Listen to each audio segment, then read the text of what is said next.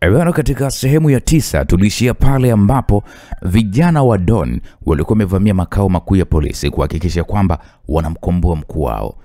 Sasa tulikuwa tunajiuliza, je, watafanikiwa ikiwa Leticia pamoja na Rashidi wameshapata taarifa hiyo? Nikakwambia usikose katika sehemu ya 10. Hatimaye mzigo huu hapa sehemu ya 10 wa Rise Up kutoka kwake Edazaria G Msulwa. Mimi ninayekusimulia naitwa Uncle J. Bwana, karibu tupate kujua nini kitakachoweza kuendelea huko Brazil, ambapo vijana wa Don wanahakikisha kwamba wanamkomboa mkuu wao. Karibu.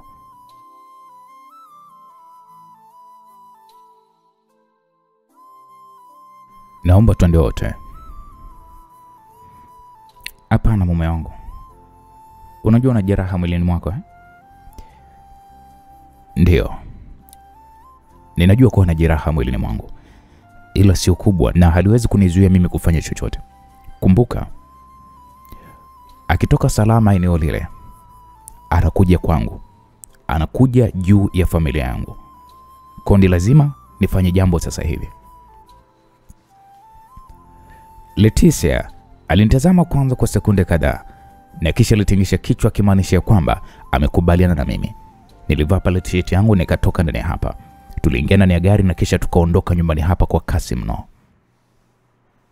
Askari wote mliopo eneo la karibu na makao ya polisi, kituo kimevamiwa. Narudia tena, kituo kimevamiwa. Msaada wa askari unahitajika haraka iwezekanavyo. Leticia alizungumza kwa kutumia simu ya upepo huku akizidi kuongeza mwendo kasi wa gari lake lililokuwa linawasha king'ora cha tahadhari na kuwafanya madereva wa magari mengine kuweza kulipisha gari letu. Nisikilize Malcolm, wewe si askari, ila unahitaji kuingia kwenye operation hii. Angalia siti ya nyuma hapo, kuna jacket la kuzuia risasi na cheni yenye kitambulisho. Vaa haraka iwezekanavyo. Kiukweli sikutaka kuuliza swali lolote zaidi tu kufuata alichokuwa ananiambia Leticia. Nilivaa pale jaketi la kuzuia risasi ambalo lilikuwa limeandikwa kwa maandishi makubwa yenye rangi nyeupe kwamba police. Nilivaa pale cheni hii ambayo ina kitambulisho kilichokuwa kimetengenezwa kwa rangi ya dhahabu huku kikiwa kina nembo ya jeshi la polisi na maandishi yanayomtambulisha mtu mwenye kitambulisho hiki ni polisi. Leticia alinitazama kidogo na kisha alitabasamu. Hapo tukaendelea kuendesha gari hili kwa umakini wa hali ya juu. Tukafika karibu na eneo la kituo. Tukakuta pale askari wengi wakiwa wameuawa, huku eneo hili la nje kukiwa kuna watu waliokuwa wamevalia nguo nyeusi wapatao kama 6 na mikononi mwao walikuwa wameshika bunduki kubwa ambazo silaha zake zinawekwa kwenye mikanda maalum. Gari nyingi za polisi zilizopo nje ya kituo zilikuwa zinateketea kwa moto. Tukashuka kwenye gari na kisha sote tukazunguka nyuma ya gari hili kwa maana ya kwamba risasi bado zilikuwa zinaendelea kumiminwa na watu hawa ambao wanaonekana walikuwa wamejipanga mno. Shit, wanatumia mashine gani? Leticia alizungumza huku akifungua buti ya gari lake. Alinipa bunduki aina ya M4 pamoja na bastola aina ya MK28 na kisha naye akachukua silaha zinazofanana na za kwangu. Jamaa wanatumia M2 hawa. Nilimwambia Leticia huku nikimtazama jamaa mwenye bunduki hiyo kubwa akiwa amesimama juu ya gari aina ya Toyota pickup, huku bunduki hiyo akiwa ameiweka juu ya gari kwa maana ya kwamba ni kubwa na ni nzito na hadi uweze kuitumia unapaswa kuwa na afya kutosha. Kama una afya mgogoro inakuwa. Risasi zikaanza kupiga gari letu kwa mbele na kutufanya tukae kwanza chini kwa maana ya kwamba risasi zinaweza zikapenya kwenye kioo na kutupiga sehemu tulipo. Akili yangu ilianza pale kufanya kazi kama kompyuta. Eneo hili tulipo pembeni kulikuwa kuna ghorofa refu na kuna mlango uliokuwa umefungwa.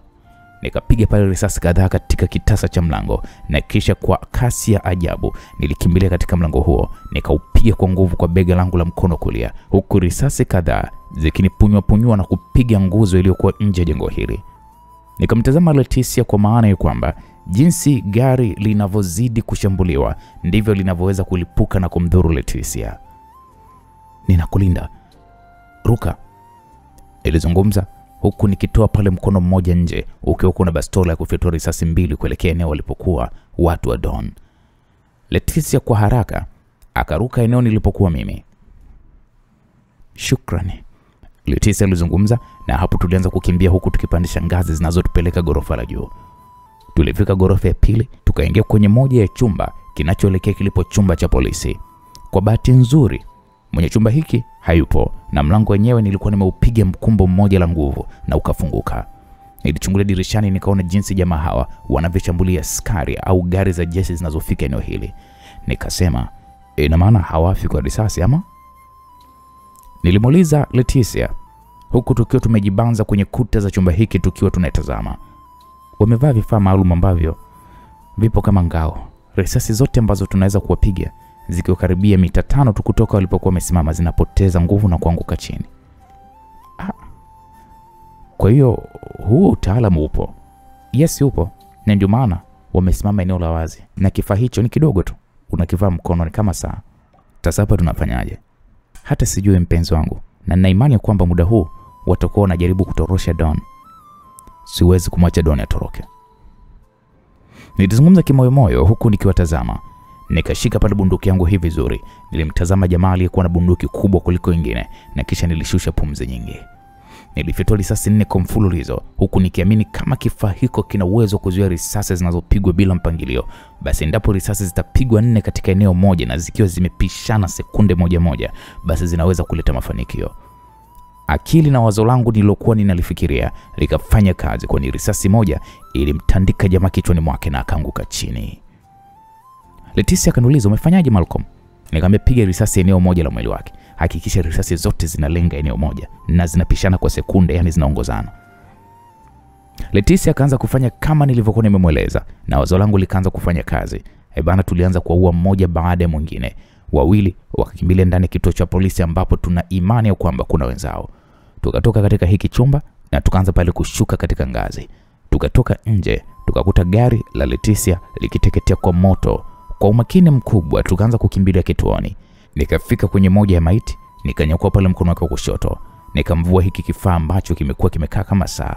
Nikakivaa, nikasogelea maiti nyingine, nikamrushia kifaa hiki Leticia. Alikidaka na tukaanza pale kukimbilia ndani ya hiki kituo. Tulifanikiwa kuingia, tulikuta pale maiti za askari wengi zikiwa zimegaa kila sehemu. Kusema ule ukweli, watu hawa ni makatili, kwani hadi wafungwa wadogo waliokuwa wamekamatwa kwa makosa madogo nao pia walikuwa wameuawa. Kituo kilikuwa kimeharibiwa kwa matundu ya risasi huku damu zikiwa zimetapakaa kwenye kuta na sakafu. Nilianza pale kumfuata Leticia kwa nyuma huku akiwa kwa makini sana. Tukafika pale katika chumba ambacho Don alikuwa amehifadhiwa. Askari walioko nje wote walikuwa wameuawa na ndani ya chumba kulikuwa hakuna mtu yeyote. Shit. Tutakuwa tumepita subway. Leticia alizungumza na sote tukatoka ndani hapa. Tukaanza kukimbilia eneo lenye njia inayopita chini ya ardhi. Tukafika katika eneo hilo na kweli tulikuta pale mlango ukiwa umefunguliwa. Niliita kwa sauti, Leticia. Niliita kwa sauti ya juu huku nikimshika Leticia kwa nyuma. Nikamzuia asipige hatua kwa sababu kulikuwa kuna waya mdogo sana wa bomu la kulipuka ambapo sio rahisi kuweza kuona. Na endapo Leticia angeugusa ule waya, basi bomu hilo lilokuwa limetegwa lingelipuka. Nikamwambia bomu. Nilimwambia Leticia huku nikimuonyesha waya huo. Macho yalimtoka huku hofu kubwa ikimtawala. Nilitazama huo waya na kweli ulikuwa umetegeshwa katika njia hii. Nikatazama kulia kwangu kwa juu, nikaona bomu jingine likiwa limetegeshwa, na bomu hili ni la kutega kwa muda maalum ambao umepangwa. Tutoke. Leticia alizungumza, kwani hili bomu lilikuwa linakwenda kuteguka ndani ya sekunde 46 tu. Tukaanza pale kukimbia kadiri ya uwezo wetu huku Leticia akiwa ametangulia mbele. Kitendo cha kufika katika mlango wa kutokea katika kituo hiki cha polisi, mlipuko mkubwa sana ulianza kutokea nyuma yetu. Ikatulazimu pale kujirusha nje na tukalala chini huku moto mkubwa ukitoka mlangoni hapa ukapita juu yetu. Jengo hili la ghorofa 5 lilianza kudidimia pale kuelekea chini, kwa maana ya kwamba mabomu yaliyotegeshwa eneo la chini ya jengo hili. Na baada ya moto huu kutulia kwa haraka mno, nilimnyanyua Leticia na nikaanza pale kukimbilia eneo walipokuwa askari polisi na wanajeshi. Mpo salama? Askari mmoja alituuliza, ila Leticia hakujibu chochote zaidi ya kukohoa. Leticia alipatiwa pale huduma ya kwanza na hawa askari wenzake. Asante, Leticia alizungumza huku akiwa na maji usoni mwake. Doni Jafa. Ndio. Lazima tutampata, Leticia alinijibu huku akichukua moja ya simu ya upepo kutoka kwa askari wake. Don haijafariki dunia. Nahitaji askari wote kuhakikisha kwamba njia zote zinazibwa kuhakikisha kwamba Don anakamatwa haraka iwezekanavyo. Leticia alizungumza kwa kujiamini. Gari 4 nyeusi aina Range Rover Sport zilisimama eneo hili na walishuka pale watu 10 waliovalia suti nyeusi, miwani myeusi pamoja na vinasa sauti masikioni mwao. Shit. Wametokea wapi hao puzi? Leticia alizungumza huku sote tukiwatazama jamaa hawa. Walisimama mbele yetu na mmoja wao alituonesha pale kitambulisho. Fatana na sisi. Jamaa huyo alimwambia Leticia huku akitutazama sisi sote wawili. Nipo katikati ya operation. Siwezi kuongozana na nyinyi mpaka mtu wangu nimpate. Operation kuanzia hivi sasa itakuwa iko chini ya jeshi na sio polisi tena. Tafadhali fuatana nasi pamoja na wewe kijana. Huyu hana lolote la kufanya, naye pia anahitajika. Mimi nilimtazama Leticia huku mapigo yangu ya moyo yakianza kunienda kasi. Tunahitaji silaha zenu. Leticia akakabidhi silaha zake kwa hao majamaa. Nami nikakabidhi pale silaha zangu kwa hao majamaa na tukaanza pale kuondoka nao kuelekea kwenye gari zao. Tukaingizwa katika gari moja na tukaanza kuondoka hili eneo. Hawa ni akina nani? Nilimuuliza Leticia huku nikimnong'oneza sikioni mwake. Akasema ni kikosi maalum cha upelelezi wa nchi nzima. Hawa wana mamlaka juu kuliko vikosi vyote vya nchi hii. Na wao pia ndio humlinda Mheshimiwa Rais. Nikasema okay, sawa. Sasa kwa nini umetukamata? Kuonyesha kama ile lazima. Hili nilitegemea litokee kwa maana kwamba watahitaji kutoji maswali. Leticia alinijibu kwa kuninong'oneza. Nikamwambia mimi sio polisi. Usiwe na shaka. Wewe tulia, mimi nitamalizana nao. Niliguna kwa maana sijui ni kitu gani kinachokwenda kutokea. Tukafika katika ghorofa moja hivi lilikuwa ni refu. Taratibu gari hizi ziliingia katika maegesho yaliyopo chini ya ardhi na zikasimama kwa pamoja. Wakashuka jamaa hawa. Kisha jamaa waliokuwa wamekaa katika siti ya mbele wakatuamrisha pale kushuka. Kuwa makini na unachoulizwa. Leticia alizungumza kwa kukinong'oneza. Tukaingia katika lifti ambayo kidogo ilikuwa inanichanganya. Badala kuelekea juu tukawa tunaelekea chini. Ikiwa eneo tulilopo lilikuwa ni chini kabisa na ni ghorofa ya kwanza ipo juu. Wanaume hawa 10 walituweka katikati ndani ya hii lift. Mlango ukafunguka, kisha waliopo mbele yetu wakatangulia kushuka. Nikatazama korido hii ndefu ambayo ina taa zenye mwanga hafifu huku zikicheza kana kwamba umeme wake ulikuwa unataka kukatika. Katika hii korido kulikuwa kuna milango mingi. Jamaa akaniambia twende. Jamaa alikuwa amekaa nyuma yangu alizungumza huku akinisukuma kidogo. Tukaanza pale kutembea. Huku kwenye kila chumba ninachopita ninasikia kelele za watu wakilia. Tumekuja kuteswa. Nilisema hivyo kimoyomoyo, lakini wanaume 5 wakaingia na Leticia kwenye moja ya chumba huku nami nikabaki na 5 na safari ya kutembea ikazidi kusonga mbele. Tukakunja kushoto, nikaona korido nyingine ambayo ni ndefu sana na ilikuwa ina vyumba. Tukafika kwenye moja ya chumba na mmoja wa majamaa hawa akafungua pale, nikaingia ndani ya chumba. Katika chumba hiki kulikuwa kuna mwanga hafifu ambao unaniwezesha kuona kiti kimoja tu cha chuma kilichopo eneo hili. Mmoja wao akanivua pale jaketi hili la kuzuia risasi, wakanivua na t-shirt yangu niliyokuwa nimevaa, akaniambia kaa pale. Jamaa huyo aliniambia na kweli nikatii. Nilikaa kwenye hiki kiti cha chuma na ghafla nilihisi hali ya tofauti kwenye mwili wangu, kwani miguu na mikono yangu nilihisi kikosa nguvu kabisa. Tuna maswali. Tunaomba utujibu. Ukidanganya tunakuua. Jamaa huyo alizungumza huku akikoki ile bastola yake. Jamaa wanne wakatoka ndani hapa, akabaki peke yake. Wewe ni Rashidi Pinda na ni Mtanzania, si ndio? Hapo nilishtuka kidogo huku nikimtazama huyu jamaa. Akaniambia nijibu ndio au hapana. Nikamwambia ndio.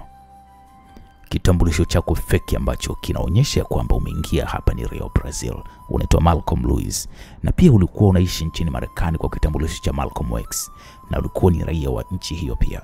Nchini Tanzania ulikamatwa na kuhukumiwa kwa kosa la kuua askari polisi, ukafungwa katika gereza liitwalo Maweni lililopo mkoa wa Tanga. Hapo nilishangaa sana kuona jamaa anajua historia yangu yote ya maisha.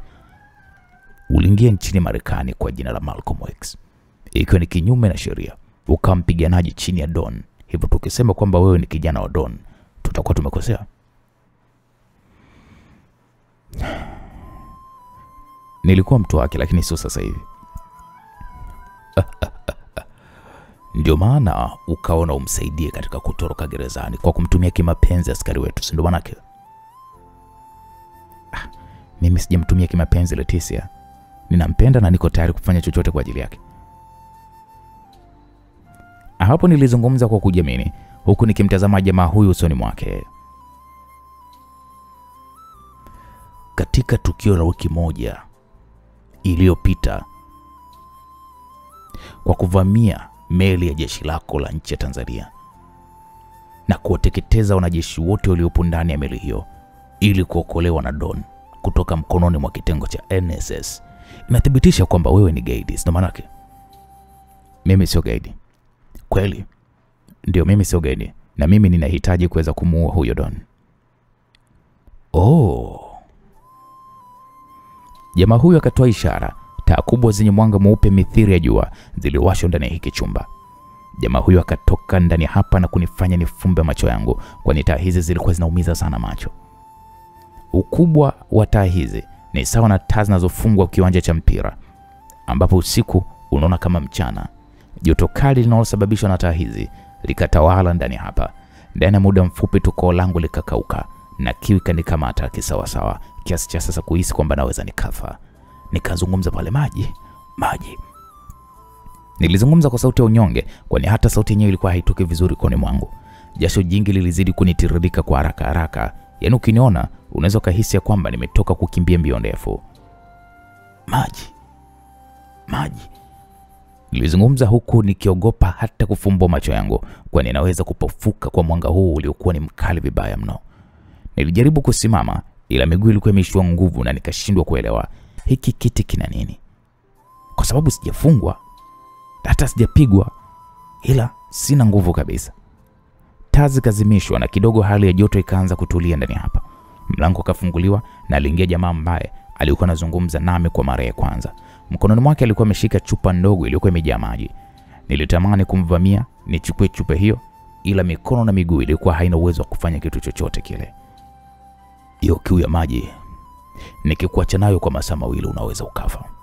Tupatie kile tunachokihitaji na kisha tutakuwa tayari kukuachia uende. Nikamwambia, mnahitaji nini jamani? Ikiwa kama ni ukweli, mimi nimeshawaeleza ukweli. Tuambie ni wapi alipo Don. Nikasema kiukweli sifahamu. Nilizungumza huko machozi yakinilengalenga usoni mwangu. Jamaa akafungua pale chupa hii ya maji na taratibu akaanza pale kuyamwaga chini, huku akiwa anatazama usoni mwangu. Akaniambia, ni wapi alipo Don na kwa nini ulipanga kumkamatisha kwa askari, ili hali unatambua Don ni mhalifu mmoja mkubwa sana kidunia. Niliamini kumsalimisha kwa polisi kwangu itakuwa ni msaada. Nimeachana na Don kwa maana kwamba anahitaji kuiua familia yangu. Anataka kunitumia kwenye mipango mibaya ambayo hapo awali mimi sikukubaliana nayo. Tafadhali naomba sana, naomba maji. Naomba unisaidie jamangu. Nilizungumza huku nikitetemeka, kwani koo langu lilikuwa limekauka mpaka nikahisi kwamba linataka kupasuka. Mate yote mdomoni mwangu ilikuwa yameniisha. Kwa kweli, katika adhabu ambayo zinatesa mwilini ndani kwa ndani, basi ni adhabu hii ya taa zenye mwanga mkali ni kiboko, kwa sababu hupigwi, ila unachokipata aise hutatamani ukipate tena. Sifahamu jamangu, sifahamu chochote. Mimi mwenyewe ninapambana na Doni kwa ajili ya kuhakikisha kwamba mke wangu, mamangu na wanangu wanakuwa wako salama. Nilizungumza kwa tabu sana, kwani hata sauti yenyewe ilikuwa inaendelea kukauka. Mimi nakuahidi nitahakikisha namsaka Doni popote pale alipo, kuhakikisha kwamba tunamkamata. Jamaa alinisogelea huku chupa ya maji ikiwa iko robo. Alianza pale kuninywesha taratibu. Tunakupatia masaa 48 kuhakikisha kwamba Doni anapatikana. Jamaa huyu aligusa nyuma ya hiki kiti na taratibu nilianza pale kujihisi nguvu mikononi mwangu pamoja na miguuni mwangu. Macho yetu yote hapo kwako sasa. Endapo utafanya jambo lolote la kishenzi, tutadili na wewe. Nadhani tumeelewana. Nikasema ndio. Baada ya dakika kama 5, hali yangu ikarudi kuwa ya kawaida. Tulitoka ndani ya hiki chumba na jamaa huyu na nikakutana pale na jamaa wengine 4 ambao mara ya kwanza wao ndio walikuwa wamenileta katika hiki chumba. Kama tulivyokuwa tumeingia ndivyo tulivyotoka. Ila kwa wakati huu lift ilikuwa inapanda sasa kuelekea juu. Tukafika katika maegesho ya magari, tukamkuta Leticia akiwa pale ameegemea moja ya gari. Tukakumbatiana na Leticia na kisha tukaingia katika gari hili huku tuko peke yetu na safari ya kuondoka hapa ikaanza. Pole kipenzi changu. Nashukuru. Vipi wamekutesa? Hapana, wamenihoji maswali kadhaa tu. Vipi wewe? Nilimwadithia Leticia kile kilichokuwa kimenipata ndani ya chumba nilichokuwa nimefungiwa. Hivi umewaeleza chochote juu ya historia yangu? Hapana, ila hawa watu kuipata rekodi ya maisha ya nyuma ya mtu ni jambo rahisi sana, kwa maana kwamba kitengo chao kinafanya kazi na vitengo aina hiyo katika nchi mbalimbali. Vipi Don amefika wapi? Amefikia wapi? Nimepokea ripoti ya kwamba wamepotelea baharini, kwa maana kwamba ile njia inatokea baharini. Vikosi vya majini bado vinaendelea kumsaka. Hawawezi kumpata. Kwa nini? Don ana submarine ambayo kwa upeo wangu mdogo sana haiwezi kunaswa na satellite aina yoyote. Ndio maana ilikuwa ni rahisi sana kwao kuweza kuivamia meli ya jeshi la Tanzania na kuiteka. Kama ni hivyo tumeshampoteza wewe. Uko sahihi. Hapa na imani ya kwamba atakwenda moja kwa moja nchini Mexico. Na uko Mexico ndiko kwenye genge lake kubwa la wahalifu. Inabidi tuende Mexico. Leticia, Mexico ni nchi ajabu. Ni nchi hatari sana. Ninaifahamu vizuri tu, kwa maana kwamba bibi mza mama ni Mexico. Hivyo aliolewa na babu yangu ambaye ni Brazil, na ndio kizazi cha mama yangu na mimi kikafuata. So ulishawahi kuishi Mexico? Miaka 12 ya utotoni mwangu nimeishi. Okay, sawa. Hapa nahitaji tuondoke sasa hivi na ndege kuelekea Brazil, makao makuu ya polisi. Ninahitaji uweze kuingia katika timu yangu. Utanikubalia kweli? Ikiwa rekodi yangu ya nyuma mimi sio nzuri. Niamini mimi baby. Kweli bwana. Tulifika nyumbani kwa Leticia. Alibeba nguo chache huku nami nikibeba begi alilokuwa amenipatia Don. Tukaondoka nyumbani hapa na moja kwa moja tukaelekea uwanja wa ndege. Leticia alikata tiketi 2 na majira ya saa 12 tukaondoka Rio de Janeiro, na safari ikawa ni kuelekea mji mkuu wa nchi Brazil ikaanza. Ukimya ulitawala kati yetu. Huku akilini mwangu nilikuwa nikiwazia ni kwa namna gani naweza nikailinda familia yangu, kwa sababu kumsaliti Don itakuwa ni kama mbogo aliyekuwa amejeruhiwa. Baby, Leticia aliniita kwa sauti ya upole iliyokuwa imejaa mahaba. Yes. Mbona uko kimya? Nawaza juu ya haya tunayokwenda kuyafanya. Inabidi sasa hivi niwasiliane na familia yangu. Usiwasiliane nao kwa sasa. Kwa nini? Tambua tunaingia kwenye mapambano na mtu ambaye ana watu ambao wako tayari kufa kwa ajili yake. Hivyo ni lazima kuhakikisha kwamba tunaishinda hii vita, na kisha familia itakuwa ni ya mwisho kuwasiliana nao. Wakiwaua inakuwaje ikiwa Don alidhihirisha kwamba ataiangamiza familia yangu na anafahamu udhaifu wangu mkubwa ni familia yangu?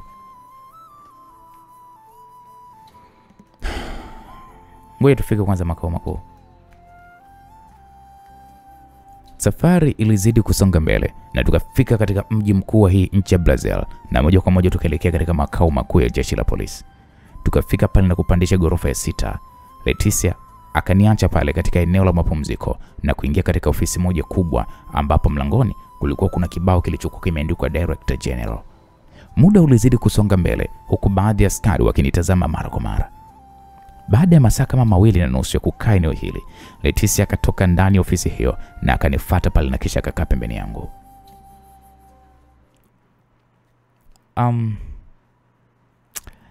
Nimezungumza na wakubwa wa kupatia nafasi ya juu ya operation hii.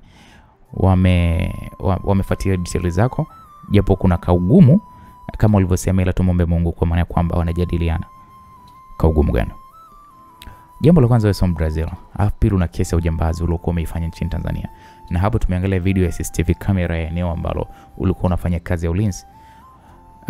Inasadikika umetoroka gerezani na watu wanatazama baadhi ya mapambano yako ulikuwa unayofanya chini ya Don. Yaani kufupi kuna mambo mengi sana wakubwa wameiomba serikali ya nchi ya Tanzania dhidi yako.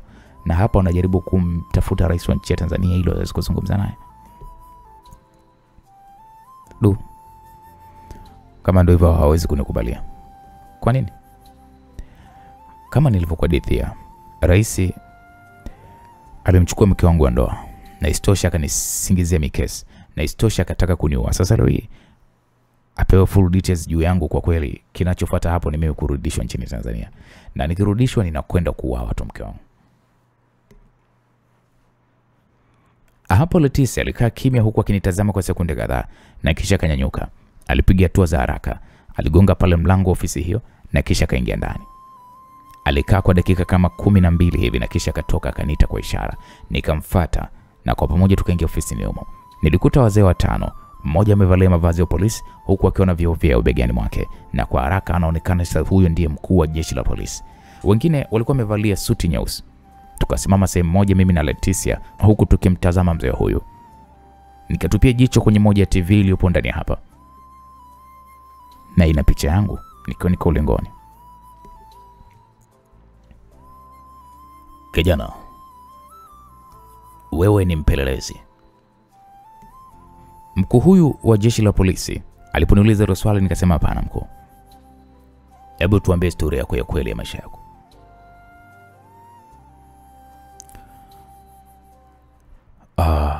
Ila mkuu, inabidi tumfunge mashine ili tufahamu anachokizungumza ni kweli. Anaweza kuzungumza kitu cha uongo na tukamwamini huyu. Ni wazo zuri hilo. Mkuu wa jeshi la polisi akanyanyua pale mkonga wake wa simu, akaminyaminya pale batani zake na kusikilizia. Hebu nileteni mashine ya kupima ukweli na uongo. Baada ya kuzungumza hivyo, simu ikakatwa. Baada ya dakika 5 waliingia pale askari wawili wakiwa na mashine hiyo ambayo sio mara yangu ya kwanza mimi kuiona.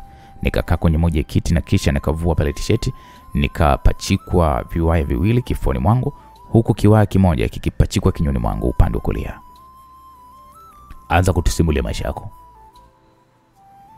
Nilimtazama Leticia na akanipiga ishara kuzungumza. Kweli nikaanza kuongea taratibu nikisimulia hatua moja baada nyingine, kuanzia nilipojitambua hadi hapo nilipofikia. Historia yangu ilichukua kama lisali moja dakika 20 kumaliza, kwa maana kwamba sikutaka kuzungumza kwa papara. Kila kitu ni kweli alichokiongea mkuu. Askari mwenye ujuzi na mashine hiyo alizungumza huku akiwatazama mabosi hao. Okay, tunashukuru. Basi nikatolewa vinyaya hivyo na askari hawa wakatolewa ndani hapa. Wakaniambia subiri hapo nje. Mimi na Leticia tukatoka ndani hapa na mimi nikarudi kwenye benchi la kukaa. Leticia akaniuliza vipi nikuletee kahawa, nikamwambia ndio. Leticia akaondoka eneo hili na baada kama dakika 5 akarudi na vikombe viwili vilivyokuwa vimejaa kahawa. Akanikabidhi pale kikombe changu na taratibu tukaanza kunywa huku moja ya saa ya ukutani ikionyesha sasa hivi ilikuwa ni majira ya saa 9 za usiku. Nilimuuliza Leticia vipi umechoka? Nilimuuliza Leticia huku nikimtazama usoni mwake. Akasema hapana sijachoka kipenzi changu. Vipi wewe? Nikamwambia mimi niko poa. Baada ya dakika kama 10 tukaitwa ndani kwa pamoja. Habari njema ni kwamba tumekubali kumuingiza huyu kwenye kikosi chako, ila kwa sharti moja. Sharti gani mkuu? Kazi hii endapo itaisha basi na yeye atakuwa nje ya kikosi. Na ukumbuke kazi hii ya kumsaka Doni ni hatari sana, kuna mawili, kufa ama kupona. Kwa hiyo nina imani tumeelewana katika hilo. Ndio mkuu. Basi mnaweza mkaenda kupumzika. Safari kuelekea Mexico kama ulivyokuwa umeomba inaandaliwa na mtaondoka kesho asubuhi saa 4. Asante sana mkuu. Karibu sana bwana Rashid Pinda. Nawashukuru sana. Tuache na Leticia, wewe unaweza ukatoka. Kweli nikatoka ofisini hapa na kurudi kwenye kiti nilichokuwa nimekaa. Nikawa namsubiria Leticia. Baada ya dakika kadhaa Leticia akatoka, tukaondoka hotelini hapa na moja kwa moja tukaelekea hotelini kwa ajili ya mapumziko kwa sababu asubuhi tunahitajika kituoni.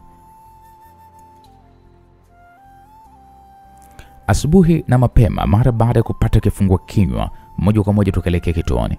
Tukakabidhiwa pale hati za kusafiria na vibali vyote vya kufanya kazi ndani ya nchi ya Mexico, nchi ambayo ina magenge makubwa sana ya uhalifu. Watu wanauza madawa kulevya nje. Watu wana nguvu kubwa kuliko hata serikali na wanaogopwa hadi na viongozi wa serikali. Nchi ambayo wauza madawa ya kulevya wana wapelelezi wao hadi ikulu ya rais. Na ndio maana inakuwa ni eneo gumu sana la haswa wapelelezi kutoka mataifa mengine makubwa kama Marekani, Uingereza na kadhalika kuendesha operesheni zao. Tunawatakia safari njema na kila baada ya masaa 24 tutahitaji ripoti kutoka kwenu. Mkuu wa polisi alizungumza huku akitupatia mikono. Tukasema sawa mkuu. Kwa tukaondoka ofisini hapa, tukaelekea uwanja wa ndege. Baada nusu saa tukapanda ndege ya shirika la KLM na safari kuelekea nchini Mexico ilianza. Tuna masaa 8:30 kukaa angani.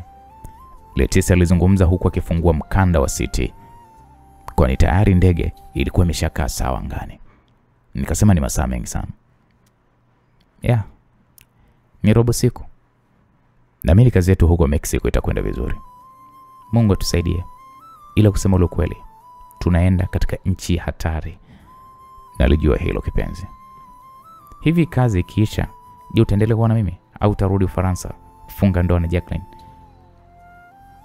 Swali la Leticia likanifanya kwanza nikae kimya kwa sekunde kadhaa huku nikimtazama usoni mwake. Kuwa huru kwa sababu ni familia yako na ulishanieleza. Ila mpenzi, ulihitaji mtoto kutoka kwangu. Ndio, ila kumbuka mtoto atahitaji kumjua babake. Usijali kipenzi, tumombe Mungu tumalize kwanza hili. Safari ilizidi kusonga mbele. Tukafanikiwa kufika katika uwanja wa ndege katika nchi ya Mexico. Tukatoka uwanjani hapa na tukapokelewa pale na askari mmoja mpelelezi kutoka nchini Brazil ambaye ni mwaka wa pili sasa yuko hapa nchini Mexico. Alitukaribisha pale kwamba karibuni sana. Tunashukuru. Luis, Mexico imekupenda. Kwa nini mkuu? Naona shavu dodo. Unajisahau mdogo wangu. Hapana mkuu. Si unajua tena sehemu nilipo. Najua, ila angalia mwili huo. Usije kukuletea madhara. Sawa mkuu. Umepata taarifa za mtu ambaye ametufanya tufike hapa? Ndio mkuu, na nimeshaanza kulifanyia kazi. Ila inavyoonyesha hakuna dalili yoyote ya Don kuingia nchini hapa, kwa maana kwamba tukio lililofanya jana Brazil hawezi kukimbilia nchini hapa. Hapo tukatazamana na Leticia huku safari ya gari hili ikizidi kusonga mbele. Hiyo habari umeipatia wapi? Kwa watu wa taarifa wangu. Hapana, Don yuko hapa Mexico. Nilizungumza kwa kujiamini na kumfanya jamaa huyu Luis anitazama usoni mwangu. Kwa nini unasema hivyo? Nilikuwa ni mkono wa kulia wa Don. Hivyo najua mambo yake mengi tu. Na najua ni wapi na wapi anapoweza kuwepo. Okay, sawa. Basi tukafika katika nyumba ya ghorofa moja. Katika huu mtaa una nyumba zinazofanana. Na hili ni la kawaida sana huku. Kila nje nyumba huwa kuna magari yaliyosimamishwa pembezoni mwa barabara. Basi tukaingia ndani na mizigo yetu. Luisa akatupatia pale funguo. Akasema kila kitu nimeweka ndani kama ulivyokuwa umeigiza mkuu.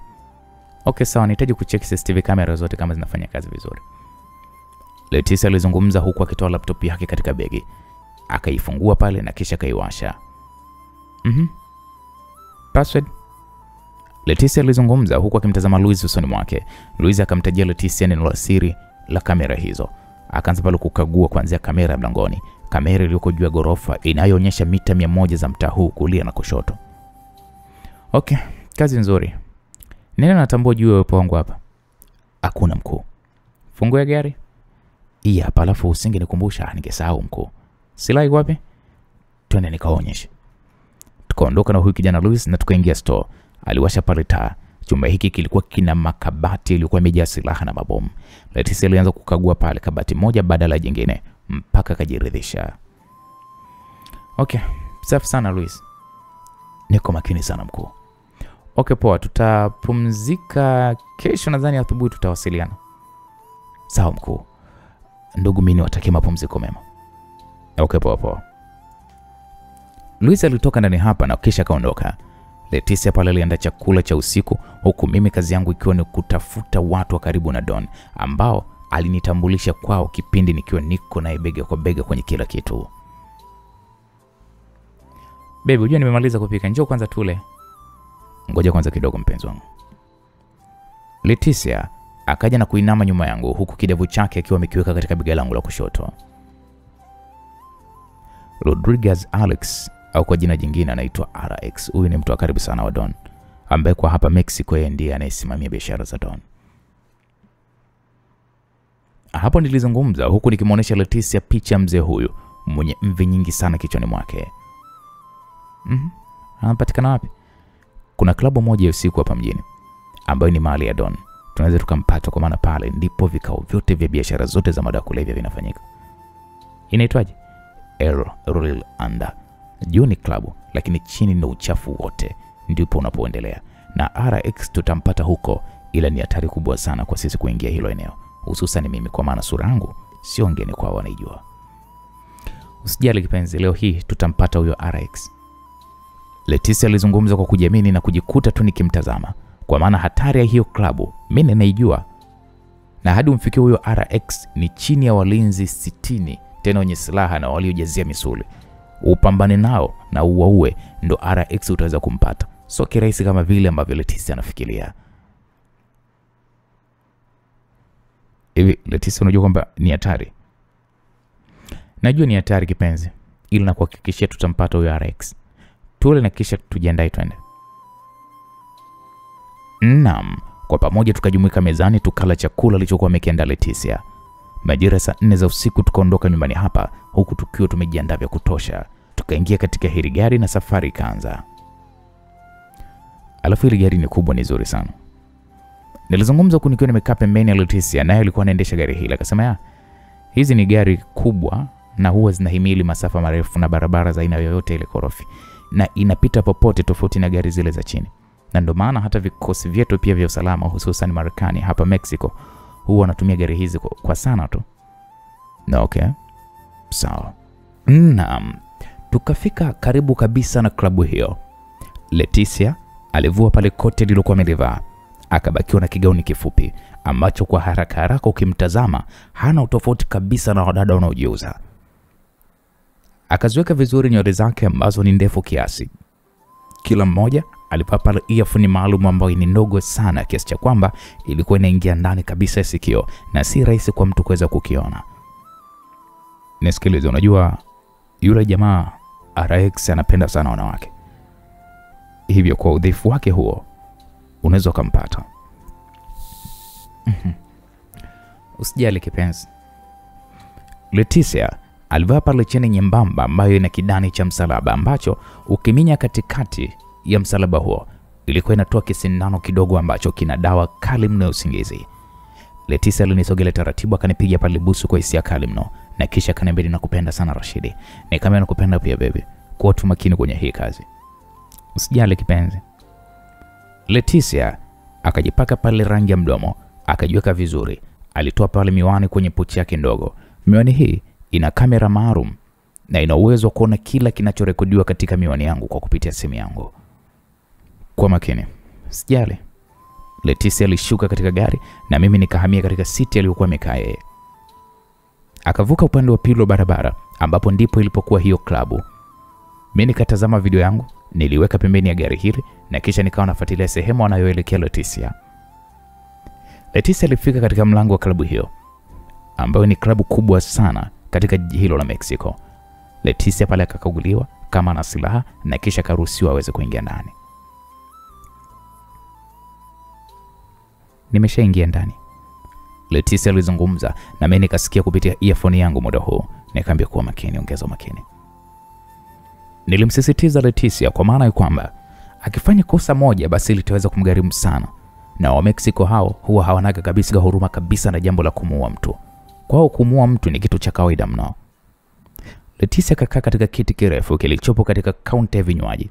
Akaagiza pale kinywaji na taratibu alianza kunywa huku akiangaza ndani ya ukumbi huo. Kila anachokitazama nami ninakiona vizuri mno. Leo naona watu ni wengi sana. Yeah. Hey, oya, Mama Sito. Mrembo sana wewe. Jamaa mmoja alizungumza huku akisimama pembeni ya Leticia. Asante. Leticia alijibu kwa sauti ya kimahaba. Leticia alitazama katika paja lake na nikaona pale jinsi jamaa huyo alivyokuwa na mpapasa. Niambie basi bei ngapi kwa watu wawili, mimi na rafiki yangu yule pale. Leticia alimtazama rafiki wa huyu jamaa kabla hata hajamjibu. Mshikaji anaitwa RX alisimama pembeni ya huyo jamaa na kisha akaondoka pasipo atakuaga.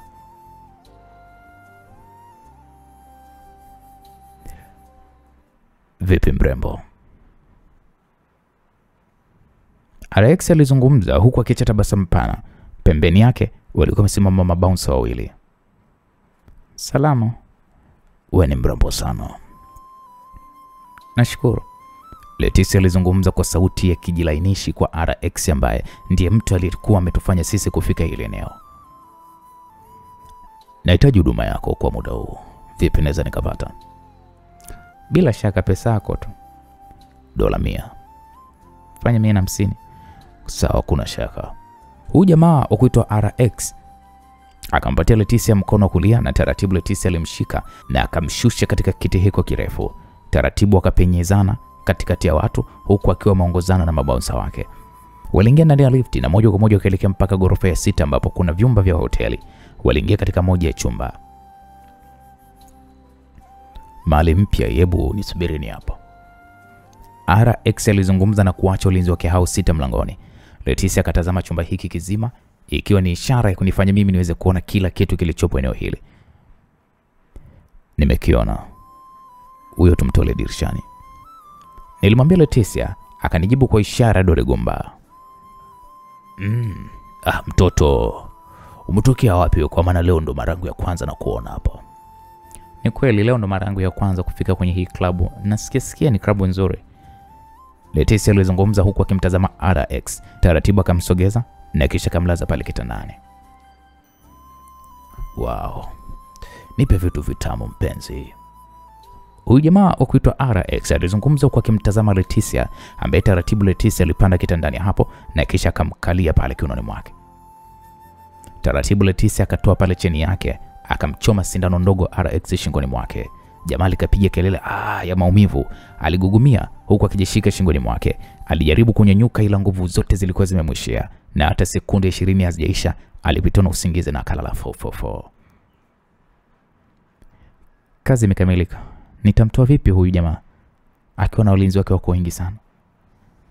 Nimekuambia tumtolee kupita dirishani. Una utani wewe? Kutoka ghorofa ya 5 sijui 6 hadi chini. Namshushaje? Yuko chumba kipo eneo gani? Kaskazini mwa hili ghorofa. Nikatazama eneo hilo. Nilishuka katika gari na moja kwa moja nikaelekea hadi upande wa kaskazini mwa ghorofa hili. Na kwa bahati nzuri upande ambao chumba hicho kipo kuna ghorofa jingine. Ilikuwa ni ya ghorofa 3. Na katika eneo hilo kuna njia ndogo kiasi ambayo haina watu wanaokatiza na kulikuwa kuna mwanga hafifu. Nikamwambia Leticia niko chini hapo. Nilizungumza huku nikitazama juu. Leticia akachungulia dirishani na nikamwona. Nilisimama usawa huko chumba. Sasa hapa Rashidi namshusha vipi? Sikia wewe mrushe mimi nitamdaka. Uona wazimu nini? Unawezaje kumdaka mtu ana makilo yake ndani hiko chumba? Kwani hakuna kamba? Nimetazama mna kamba bwana. Nikazitazama bomba 2 kubwa zinazopeleka maji ghorofa za juu. Funga mlango. Ninakuja huko. Mimi nishafunga. Unakuja kwa njia gani? Subiri utaniona nakuja. Hapo nilivaa gloves ngumu na kisha nikaanza kupanda kwa kutumia bomba hizi ambazo zimetengenezwa kwa uimara mkubwa mno. Rashidi, hivi unajua kama ni hatari? Leticia alizungumza huku akiwa anaendelea kunitazama jinsi ninavyopanda hizi bomba mithili ya mtu anayekwea mnazi mrefu. Na ndani dakika 1 na sekunde kadhaa nilifanikiwa kufika juu kabisa. Nikaingia katika dirisha la hiki chumba. Vipi walinzi wake hawajashtuka? Hawajashtuka tunamshushaje? Nikaangaza pale ndani ya hiki chumba. Nikachukua moja ya shuka kubwa, nikalikunja mara 2. Nikamwambia mnyanyue na mweke mgongoni mwangu. Alafu nashuka naye kwenye hizo bomba. Leticia alinitazama kwa sekunde kadhaa na kisha alifanya kama nilivyokuwa nimemwagiza. Nikambeba pale huyu jamaa RX mgongoni mwangu, nikamfunga pale mithili ya mama wa Kiafrika akimbeba mtoto wake mgongoni. Amekaa vizuri? Ya hapa adondoke. Nilizungumza huku nikikaza ile shuka vizuri kifuani mwangu na ndipo taratibu nikatokea dirishani hapo kwa ustadi wa hali ya juu kwa maana ya kwamba nikifanya kosa nitadondoka na huyu mzee. Na sijui tukianguka itakuwaje tukifika chini. Nilishika pale bomba kwa hii mikono yangu miwili na kisha taratibu nikaanza kushuka chini kwa mfumo wa kutereza tena kwa umakini mkubwa sana. Jambo la kumshukuru Mungu, mkononi mwangu nilikuwa na gloves ngumu, hivyo sio rahisi kwa mikono yangu kuchubuka. Nilifika mpaka chini nikamtazama Leticia ambaye naye alikuwa anashuka kwa mfumo kama niloshuka nao mimi. Naye akatua chini huku haamini kama nimefanikiwa katika ile zoezi la hatari. Kalete gari na uliweke eneo la karibu na hapo, nilimwambia Leticia. Kweli akaondoka, akatembea hadi eneo lilipokuwa gari, akaligeuza na kisha kalileta eneo la usawa huu. Nikamuingiza pale RX katika gari pasipo mtu yote kuweza kumuona, na kisha nami nikaingia ndani ya gari. Tukaondoka kwa mwendo wa taratibu ili kutokushtukwa na mtu.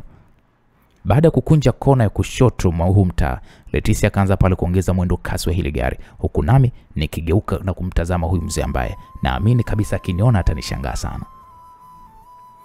Tukafika katika nyumba tunayoishi salama salimini, na moja kwa moja Leticia alisimamisha gari katika maegesho na kisha tukashuka. Nilimshusha huyu mzee, nikamwingiza katika moja ya chumba. Nilimkalisha katika kiti cha mbao, nikamfunga pale mikono na miguu yote miwili, na eneo la kifuani pia nikalifunga kamba kwa kumzungushia katika hiki kiti. Simu yake unayo? Hakuwa na simu. Hana track device yoyote kwenye nguo zake huyo. Sijamcheki. Hebu kalete kile kifaa. Leticia akatoka ndani hapa, na baada ya dakika 2 akarejea akiwa na kifaa maalum kinachotumika katika kutafuta chipu ambazo humuonyesha mtu popote anapokwenda. Mara nyingi huwa zinawekwa mwilini au katika nguo alizokuwa amezivaa. Nilimkagua na kwa bahati nzuri hana iko kifaa. Nilivuta pale kiti kimoja nikakaa mbele ya huyu mzee. Usingizi unamchukua muda gani hadi aweze kuzinduka? Kwa dawa nilomchoma ni masaa 4. Tumhamishe sasa hivi. Tunachokihitaji ni kudili naye sasa hivi na kuweza kumalizana naye sasa hivi. Hatuna muda wa kusubiri hadi masaa 4. Leticia alitoka ndani hapa, na baada ya muda akarudi akiwa na ndoo ndogo iliyokuwa imejaa maji na vipande vya barafu. Anazinduka huyu mbona? Leticia alizungumza kwa kimmwagia RX yale maji kichwani mwake na kumfanya anze kutingisha pale kichwa. Akafumbua macho yake mara baada ya Leticia kumwagia yale maji yote kwa mkopo. RX alivyoamka tu cha kwanza akauliza kwamba niko wapi hapa na nyinyi akina nani? RX alizungumza kwa kujiamini mno. Akanitazama kwa sekunde kadhaa, akasema ni wewe? Nikamwambia ndio, ni mimi mzee, habari yako? Wewe mwanamke? RX aliweweseka huku akiendelea kututazama mimi na Leticia. Nikamwambia mzee wangu, najua unajua kinachoendelea kwa Don. Mimi jambo langu nalohitaji ndogo sana. Endapo utanijibu kiufasaha, basi nitakuacha uendelee na bata lako. Ila ukinidanganya, basi leo utakuwa ndo mwisho wa maisha yako. We fala tu wewe, achana na mimi wa kijana. RX alinitukana huku akinitazama usoni mwangu kwa macho yaliyojaa hasira kali mno. Nilimtazama kwanza kwa sekunde kadhaa na kisha nikasimama. Nikaisogelea meza iliyokuwa imejaa vifaa vidogo vidogo vya kumpatia mateso mtu, mateso ya kila aina. Nikachukua pale prize pamoja na mkasi, nikaanza pale kuichana t-shirt yake kwa mkasi, na kisha nikamfuatia suruali yake, nikamalizia na nguo yake ndani. Nikamwambia najua sana unapenda sana kuweza kuwaweka watoto wa kike. Sasa nakwenda kuvunja hizo korodani zako na tuone kama utakuwa na uwezo wa ujasiri wa kumshika mwanamke yote. Ngoja kwanza, wewe unataka nini wa kijana? RX alizungumza kwa uoga mara baada ya kuona ninamshika sehemu zake za siri. Nikamwambia Don yuko wapi? Ndiye mtu ambaye namhitaji. Haki ya Mungu, mimi ninaapa sifahamu ni wapi alipo Don. RX alizungumza kwa kitetemeka kwa uoga. Kwa ishara nikamwomba Leticia kunipatia salt kubwa.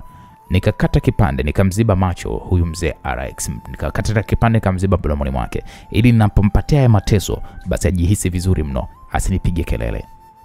Nikamkita mkasi katika paja la mguu wake wa kulia. Nikamfanya ujamaa RX kulia kwa nguvu sana, ila sauti yake ilikuwa haitoki kwa maana kwamba nilikuwa nimemziba mdomo. Nikauzungusha huu mkasi ukiwa ndani ya paja la RX kama mara 2 hivi, na kisha nikauchomoa huku damu zikimwagika. Nikamwambia, niambie Don yuko wapi? Nilizungumza huku nikimtazama RX mdomoni mwake. Nilifungua pale salt hii nilikuwa nimemfunga mdomoni mwake. Akacheka akaniambia sijui mimi. RX alizungumza kwa kicheka kwa maumivu makali mno. Watu aina ya RX ni watu ambao ni wagumu sana kutoa siri za mabosi wao. Ni watu ambao wako tayari kuhakikisha kwamba wanamlinda bosi wao kwa namna yoyote ile. Nikambandika sauti hii mdomoni na kisha nikamkita katika paja la mguu kushoto kilio cha RX kikazidi kuongezeka. Mpenzi, mwache utamua. Acha tuongee. Ataongea. Nilimwambia Leticia huku nikimtazama usoni mwake. Nikamfungua tena soul tape nikamwambia, nipatie taarifa za Don, ni wapi alipo. Asiwezi kukuambia mtoto akaaba wewe. Tusi hili alionitukana huyu jamaa likanifanya nisimame kwa haraka mno. Nilichukua nyundo iliyopo juu ya meza pamoja na misumali 4 mirefu yenye inchi kama 9 hivi. Nikamwambia, sasa nataka kukuonesha kwamba mimi ni mtoto wa malaya. Nilimfunga soul tape hii ambayo inamsaidia kutokwa na sauti. Nikaweka msumali mmoja katika goti la mguu wa kushoto na bila hata huruma nikagonga nyundo kwa nguvu mno na msumari ukapita. Huyu bwana RX alitikisika vya kutosha kwa maumivu makali mno huku akilia. Leticia akanitazama kwa macho ya mshangao, kwa maana kwa muonekano wangu tu sionyeshi kama ndani yangu mimi ni katili kiasi hiki. Nikamkita msumali mwingine katika bega lake la mkono wa kushoto, ukazama wote ndani. Kwa maumivu makali ambayo RX anayapitia, alilia kwa uchungu mpaka kazima. Baby, ujue utamuua huyo mzee. Kama hana jambo la msingi mimi naomba tuachane naye. Atapata tu jambo la msingi. Na nahitaji kuwaonesha hao jamaa ya kwamba mimi ni katili kiasi gani. Kama nilikuwa ninapambana ulingoni na ninaua watu na wao wanashangilia, basi watashangilia juu ya kifo cha huyu mzee. Sasa kwa mfano amekufa inakuwaje? Tunautupa mwili wake. Wapi? Ambapo hatopatikana. Waneneo ambalo la kwao, ambalo wakishawatesaga watu basi wanakwenda kutupa miili hiyo huko kwenye hilo eneo. Ni kama pango ndani ya hilo eneo. Kuna chui anayekula nyama za watu. Hivyo basi naye atakuwa ni chakula cha huyo chui. Kwa hiyo unapafahamu? Ndio unapafahamu. Okay, sawa mume wangu, endelea kufanya unachoweza kufanya kuhakikisha tu kwamba tunapata kile kilichotufanya tufunge safari mpaka hapa. Usijali. Leticia alitoka ndani hapa. Mimi nikamwamsha mzee RX kwa kumpulizia dawa ya kumzindua mtu aliyezimia. Nikamwambia, karibu tena duniani. Ulikuwa kuzimu, sasa umerudi duniani. Ninaendelea kukukita msumari mmoja baada mwingine. Sasa hivi ninakukita hapa. Msumari mmoja tu na habari yako itakuwa kuishi na hii. Nilizungumza huku nikiweka msumari huu katika shina la ududu wake, ambapo nikiukita basi utazama ndani na utavuruga mfumo mzima wa nguvu za asili za RX, na kuanzia hapa hataweza tena kuwa mwanaume rijali. Basi naongea nasema ukweli. RX alizungumza kwa uchungu wa kuokelea kama mtoto mdogo. Nikasitisha ile zoezi langu na kisha nikatulia pale. Nikamwambia, yuko wapi Don? Don kwa sasa anaelekea Somalia. Anakwenda kujificha kule. Wewe unanitania? Haki ya Mungu vile. Na anakwenda kuishi kule kwa muda. Somalia ni kubwa sana. Kwa unaweza nikampata eneo gani? Kuna kisiwa kimoja kinaitwa Socotra. Ndio ana jumba lake kule na anaishi kule. Niamini na sina sababu ya kukudanganya. Hapo nilitoa simu yangu mfukoni. Nilimpigia Leticia kwa maana ya kwamba ametoka chumbani hapa. Njoo mara moja. Nilizungumza hivyo mara baada ya Leticia kupokea simu. Na ikuisha hata dakika moja, Leticia aliingia ndani hapa. Mbebe, amezungumza ni wapi alipo Don? Ni wapi? Socotra. Mbona iko ni kisiwa kilichopo Somalia? Unakifahamu? Sijawahi kukitembelea, ila ni sehemu ambayo nilisoma katika historia ya Somalia. Kisiwa hicho huwa wanakitumia sana kwa mambo ya utalii. Ila ni kikubwa. Sasa atuambie kwa eneo gani? Yuko mlima Hajiri. Kwa haraka Leticia akaingia katika mtandao na kutafuta kisiwa hiko, na kweli tukafanikiwa kuona milima hiyo.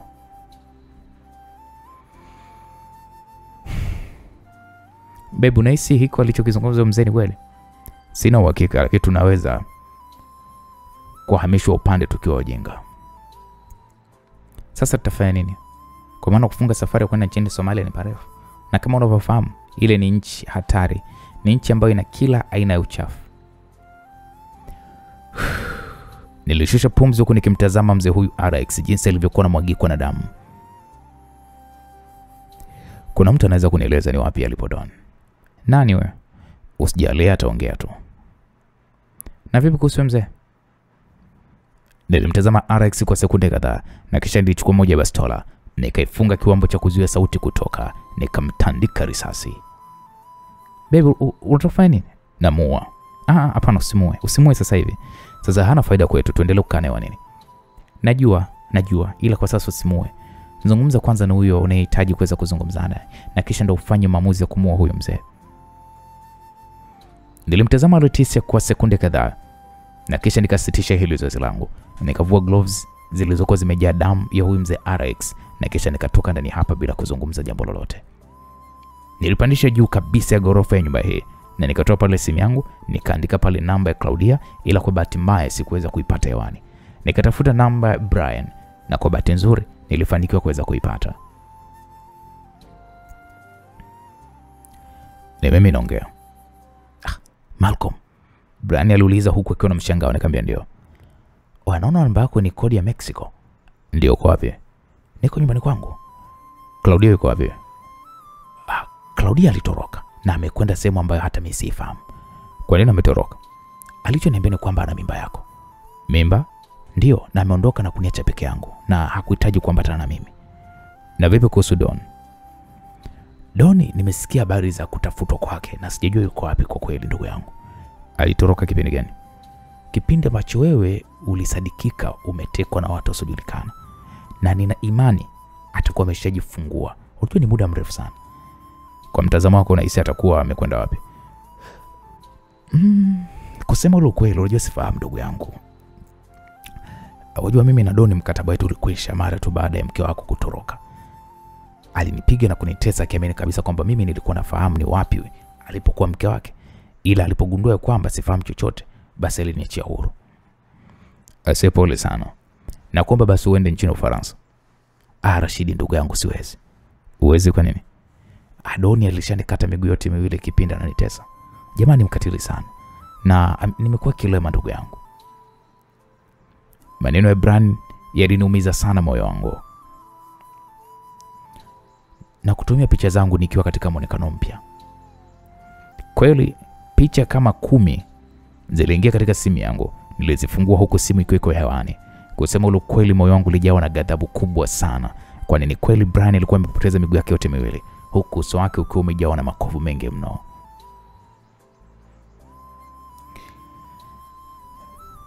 Rashidi ndugu yangu, nimekuwa ni mtu kulala tu kitandani. Sina uwezo kama zamani wa kwenda popote ninapohitaji kwenda.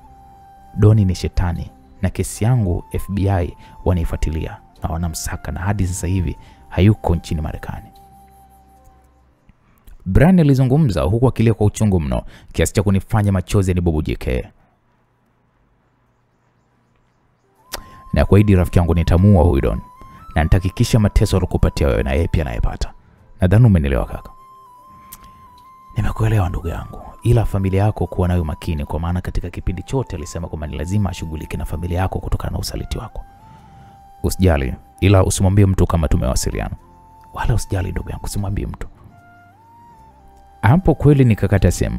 Nilianza kutazama picha ya Brian jinsi alipokuwa hospitalini akiwa amekatwa miguu yote miwili. Unajua hasira ilinipanda. Nikarudi katika chumba alipokuwa RX na Leticia akanifuata kwa nyuma. Unaona alichokifanya Doni kwa mtu wangu? Nilimwambia huyu mzee RX huku nikimuonyesha picha hiyo. Sasa nitakufanya kama alivyomfanya huyu. Nilizungumza kwa hasira sana huku nikichukua moja ya panga lenye makali makubwa mno. No. Baby, tulia, hebu acha hasira. Kuna mambo mimi namhoji. Mambo gani ambayo unamoja? Tulia mume wangu tafadhali. Ona Doni alichomfanya rafiki yangu.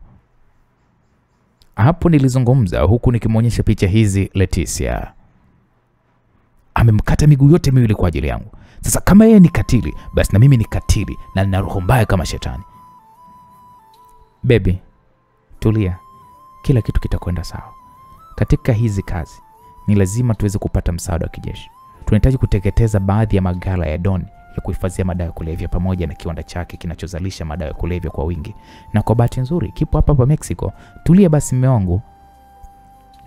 Leticia alizungumza kwa sauti ya upole huku akinishika kifuani mwangu ili kuweza kuituliza hasira yangu ambayo kusema ule ukweli nilikuwa nimekusudia kuikata miguu ya huyu mzee RX. Endapo unapigana na mtu mwenye nguvu, Ni lazima uhakikishe kwanza unamdhoofisha. Na njia kumdhoofisha Don ni kuteketeza magala yake yote ya madawa kulevya pamoja na kiwanda hicho ambacho RX amenieleza. Unahisi sisi wawili tunaweza kufanya hii kazi? Hapana. Tumewasiliana na mkuu wangu wa polisi na kumweleza kila kinachoendelea. Na ameniambia kwamba anazungumza na rais wa Marekani na tutapatiwa kikosi maalum. Hiko kikosi ni kikosi cha DEA. Kitakuja kutusaidia mimi pamoja na wewe. Ili swala umewahusisha wa Marekani. Ndio baby, hatuna njia nyingine. Hii ni Mexico. Tukihitaji kufanya sisi kama sisi, tutakufa mapema kipenzi. Naomba unielewe. Leticia alizungumza kwa msisitizo huku akinitazama usoni mwangu. Nilimshika mkono, nikatoka naye hapa ndani. Nikamwambia sikiliza baby, kumbuka kwamba mimi sio askari. Na kama ningekewa tu nimeweza kupewa hii nafasi serikali. Haya. How dare sijui wakija kusaidiana na sisi wataweza kunikamata na mimi ujue. Hapana kipenzi. Utendaji wa kazi zetu hauendi kama hivi unavyohisi. Ipo hivi, wewe ni askari mpelelezi kutoka Brazil. Hata jinani nchi yangu inakukingia kifua. Na hayo mengine sijui yaliyopita, sijui juu ya maisha yako. Serikali yangu imesha weka kapuni. Hivyo tujiandae kuwapokea hao majamaa wa DEA. Na huyo mzee inabidi akae hai hadi pale jamaa watakapoweza kuja. Wanakuja lini? Naamini kesho watakuwa wameshafika hapa. Ila kumbuka kwamba huyu mzee amemwaga damu nyingi sana. Usijali. Luis atakuja na damu ya kumongezea huyu mzee. Watu wake unataka kuniambia kwamba hadi sasa hivi watakuwa hawajashtuka kwamba bosi wao ametoweka? Na sura yako anaitambua ujue. Hilo lisikupe wasiwasi moyo wangu. Kila kitu kitakwenda vizuri. Okay, sawa. Hilo huyu mshenzi ni lazima nile naye sani moja tu. Usijali kipenzi, punguza jazba. Leticia alizungumza kwa sauti nyororo. Alinisogelea pale na kunipiga mabusu. Ngoja basi niendelee kufanya mazungumzo ya utaratibu na huyo mzee. Okay, poa, mimi nipo juu gorofani kabisa napunga upepo. Kuwa makini. Usichungulie. Na pia muda umekwenda ujue. Usijali. Hapo nikapanda eneo la juu kabisa la hii nyumba. Nikajilaza pale chali kwenye moja ya meza iliyopo eneo hili. Nikaanza pale kutazama nyota nyingi zilizokuwa zimetawala angani. Nikasema maisha yanakwenda kasi sana. Nilijisemea kimoyomoyo huku nikianza kutathmini maisha yangu niliyokuwa ninayaishi mtaani nchini Tanzania. Maisha ya kuwa mlinzi wa maduka na nyumba za matajiri. Hadi leo hii ninafanya kazi katika vikosi vya usalama tena katika nchi ya Brazil. Ila wajamaa wameniaminije mimi kirahisi namna hii? Swali hili likanifanya nikae kitako kwa maana ya kwamba ni kweli wamenikubalia.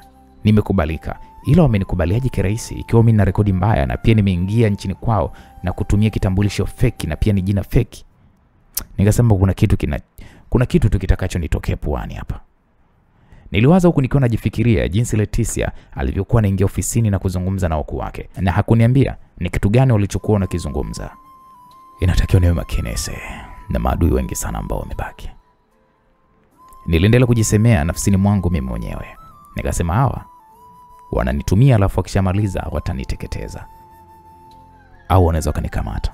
Inabidi kucheza kama Pele sasa hapa. Kweli nikatoa hapo simu yangu mfukoni, nikaingia katika mtandao wa Instagram na moja kwa moja nikaelekea katika akaunti ya Jacqueline. Nikakuta pale picha ya mwisho kuiweka katika mtandao huo ni siku 2 nyuma. Jambo ambalo sio la kawaida kwake kwa maana kila siku alikuwa anaposti kuambia watu kwamba kama kuna mtu yote ananifahamu nilipo basi amfuate inbox. Nikasema atakuwa wapi yule siku ya pili ya posti. Unajua nilijiuliza kwa maana hili sio jambo la kawaida kabisa kwa Jacqueline. Nilishusha pumzi huku nikaona tafakari. Kwa sekunde kadhaa ikabidi nipige kwanza simu Brian. Brian kanambia ndio kaka. Nikamwambia Brian, najua upo kwenye wakati mgumu sana ndugu yangu. Ila natambua akili yako na mikono yako vinafanya kazi vizuri sana. Ndio kaka kweli. Bwana mimi nakuomba unisaidie jambo moja. Kipenzi changu nimeingia kwenye akaunti yake ya Instagram. Nimekuta akiwa ameposti picha siku 2 nyuma zilizokuwa zimepita. Nahitaji kufahamu kama bado yuko Faransa au ameondoka. Okay, sawa. Nina namba ya mama hapa, ngoja nimuunganishe na wewe mzungumze. No. Mpigie na umuulize tu yeye yuko wapi. Sawa, mimi nitakupigia mara baada ya kumaliza kuzungumza naye. Okay, poa. Hapo nikakata simu. Na baada ya dakika kama 7 hivi Brian alinipigia simu. Nikamwambia ndio kaka. Bado nimempigia mama na kumuuliza kuhusiana na ni wapi alipo Jacqueline. Ameniambia kwamba amepokea habari za kuaminika kutoka nchini Somalia kwamba yupo huko. Hivyo ameondoka jana asubuhi kuelekea Somalia akiwa na walinzi wake 2 tu. Somalia? Ndio kaka. Hata mimi mwenyewe nimeshangaa sana. Ila sikuhitaji kumueleza kwamba mimi na wewe tumeongea. Na vipi kuhusu watoto? Watoto wameachwa nyumbani, wote wako salama. Okay, nashukuru sana Brian. Naomba nipatie kila information kitakachoendelea katika familia yangu. Nadhani umenielewa. Nimekuelewa kaka, ila kwa nini umeshangaa sana juu ya Jacqueline kuelekea Somalia? Ameongopewa huyo. Na Don yupo huko Somalia. Sasa hiyo ni moja ya njia kumteka Jacqueline kiakili sana. Inabidi mimi nielekee Somalia muda huu.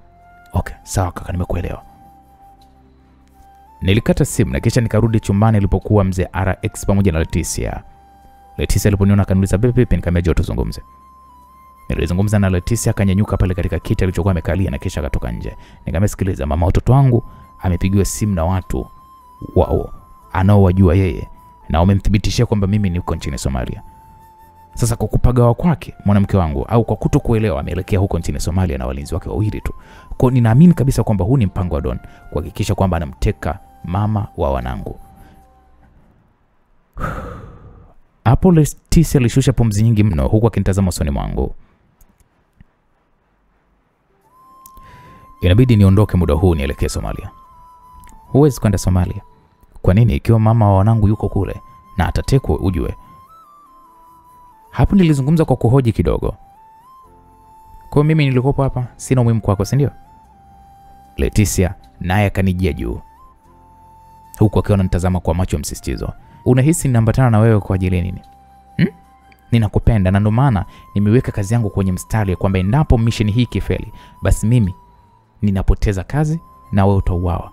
Na ndio maana ninakaa hapa na natumia akili nyingi mno. Tumia akili Rashidi. Hata Don leo hii akimshikilia sijui nani yako huyo, hataweza kumua, atahitaji kukupata wewe. Nenda na mbinu, sio unakwenda tu kwa ajili ya hasira. Acha upuzi Rashidi.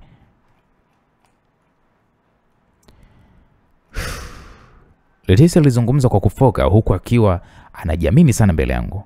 Nikamwambia kwa hiyo wewe unatazama kazi yako au tazami maisha ya mwanamke ambaye anailea familia yangu, si ndio? Kwa sasa yana umuhimu. Unasemaje? Ninakuambia hivi, kwa sasa huyo mwanamke wako hana umuhimu. Mimi ndio umuhimu kwako kwa muda huu. Nimeyashika maisha yako kwenye mkono na sitokuruhusu uondoke na uniache hapa kwa ajili ya huyo mala yako mmoja. Maneno ya Leticia yalinipandisha hasira zaidi.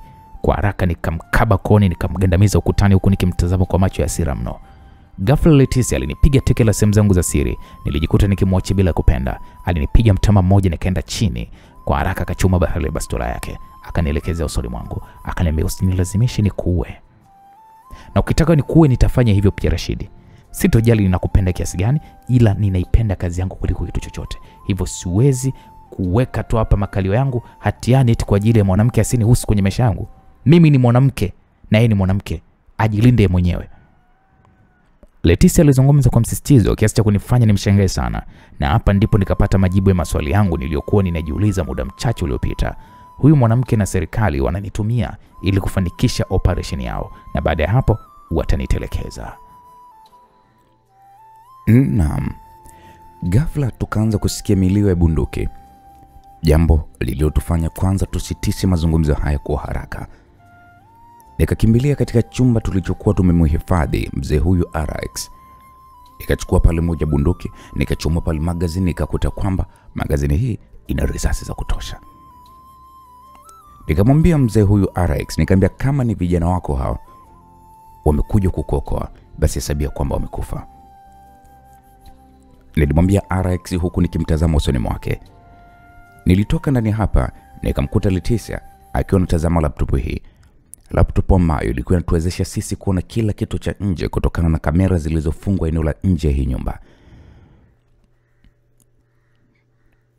Naona ni majambazi wanapambana na askari, Leticia alizungumza huku sote tukitazama mapambano hayo jinsi yanavyoendelea. So, tuwasaidie ama? Hapana. Sio polisi wala majambazi ambao wanapaswa kuweza kutambua kwamba sisi ni kina nani. Tukazidi kutazama jinsi askari hao walivyokuwa wanapambana na majambazi hawa wanaoonekana kuvamia katika moja ya nyumba. Ndani ya nusu saa majambazi hawa wakauawa kwa kuzidiwa nguvu na polisi ambao wanaonekana kujizatiti kisawasawa. Nahitaji kulala. Nilizungumza hivyo huku nikiingia chumbani. Nilijitupa kitandani kwa maana ya kwamba kichwa changu kilikuwa kina mawazo mengi sana kuhusiana na Jacqueline na sijui nitamsaidiaje. Au nitoroke. Nilijiuliza hivyo akilini mwangu ila sikupata jibu. Leticia aliingia ndani hapa, akakaa pembeni yangu hapa kitandani. Alinitazama kwa sekunde kadhaa na kisha kaniambia,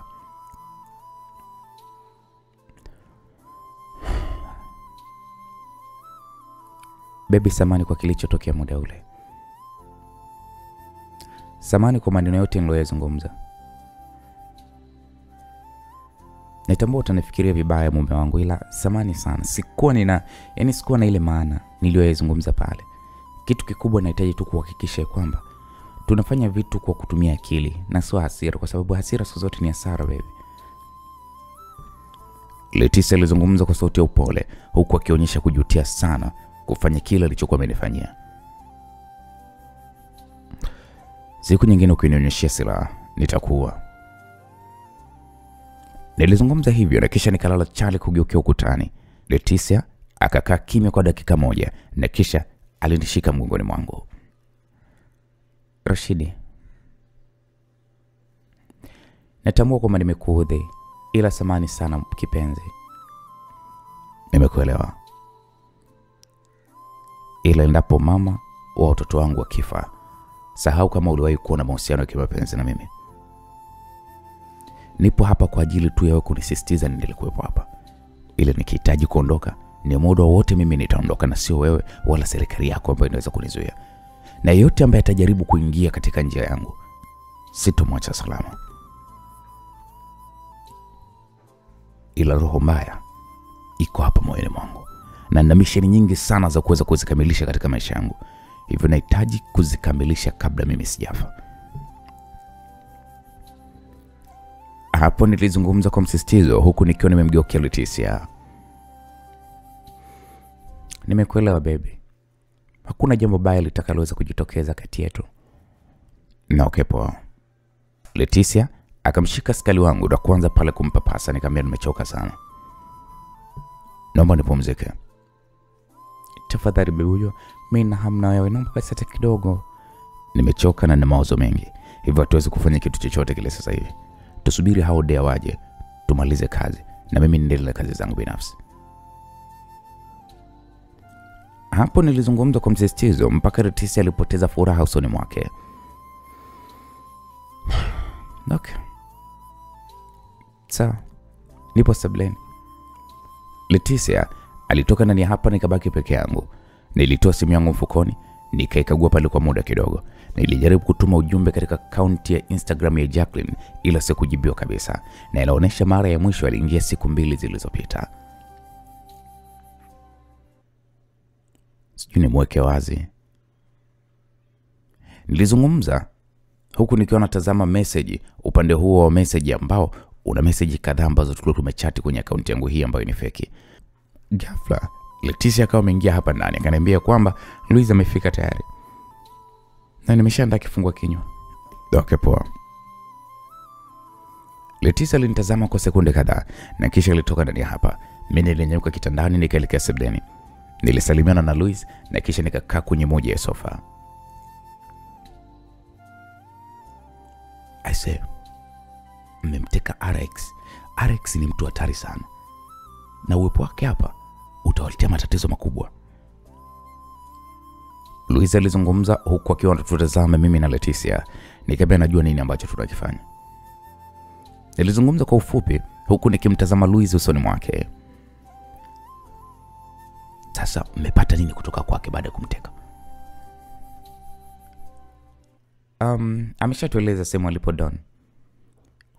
Kweli? Ndio. Ni wapi alipo? Luis aliuliza kwa shauku kubwa kiasi cha kumtilia mashaka. Hii uliza yake hii nikamwambia sikiliza. Tunafanya uchunguzi. Tukipajua kama ni kweli basi tutaweza kukujuza.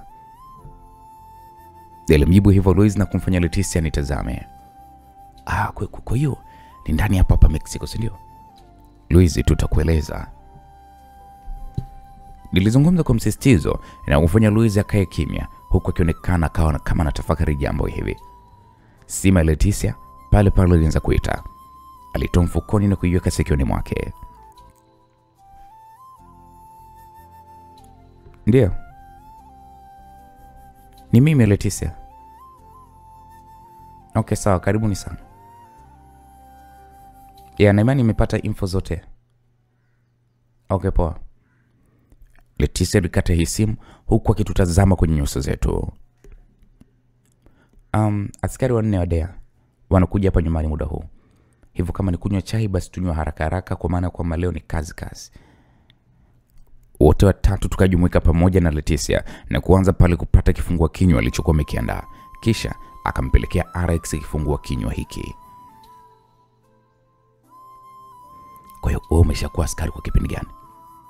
Luis aliniuliza huku akinitazama kwa macho ya udadisi. Nikamwambia sijakuwa askari. Kwa hiyo wewe ni mwanajeshi? Sijakuwa mwanajeshi. Sasa wewe ni kachero ama nani?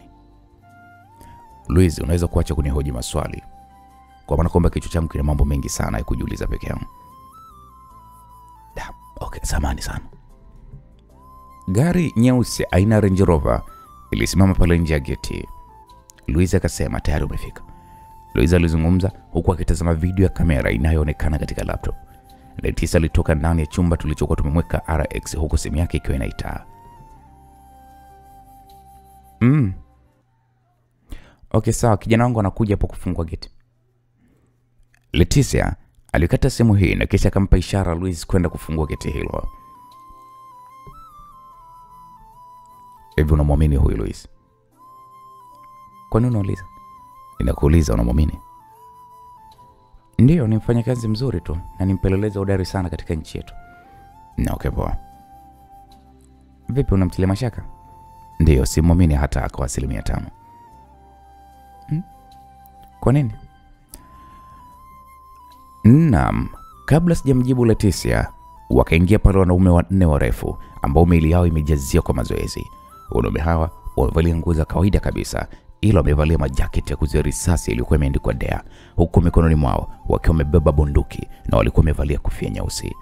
Tukasalimiana nao na Leticia akatutambulisha pale kwao. Tunaweza kumwona RX? Kiongozi wa maskari hawa alizungumza hivyo na Leticia akasema ndio. Leticia akatangulia mbele na jamaa huyo akafuata kwa nyuma na wakaingia pale katika chumba kilichopo RX. Na baada ya dakika kama 2 hivi wakatoka wakiwa na RX. Leticia akaniambia, Rashidi, jiandaeni, tunaondoka na RX, tunahitaji kumpeleka katika makao makuu ya polisi. Leticia, tunaweza tukazungumza kidogo? Ndio. Hapo tukaingia chumbani mimi na Leticia. Nikamwambia, Leticia, hii ni Mexico. Hakuna mhalifu mkubwa kama RX akayuko mahabusu. Mnachokwenda kukitafuta huko ni kusababisha damu kumwagika kama kile kilichotokea kituo chenu cha polisi mara baada ya kumkamata Don. Rashidi, hiyo sio amri yangu. Ni amri ya wakuu, wanahitaji tumkabidhishe RX mikononi mwa jeshi la polisi la Mexico. Na kisha ataujiwa na askari hawa wa DEA hapo makao makuu ya polisi. Alafu na sisi kazi yetu itakuwa nini? Tutasubiria hatua inayofuata. Tujue tutafanya nini? Ina maana kwamba hadi sasa hivi hujui hatua inayofuata ni nini? Sijajua mpenzi. Tufuate order na tusipoteze muda. Inatakiwa tuweze kujiandaa. Leticia alinibusu ndani hapa na kisha akawa kwanza kutoka ndani hapa. Nami nikatoka nikaingia chumba cha kuhifadhia silaha. Nilijiandaa pale haraka haraka, nikabeba pale bastola 4. 2 nikazichomeka mguu wa kulia na mguu wa kushoto na 2 nikazichomeka kiunoni. Nikavaa pale jaketi la kuzuia risasi, yani bulletproof. Nilipohakikisha kwamba nimejiandaa vya kutosha, tukatoka ndani hapa. Nikamkuta Leticia na watu wengine nao pia wakiwa wananisubiria. Nikavaa earphone ndogo, nikamvalisha pia na Leticia earphone hii, ni kwa ajili ya mawasiliano sisi wawili. Tukatoka nje huku tukiwa tuko makini mno.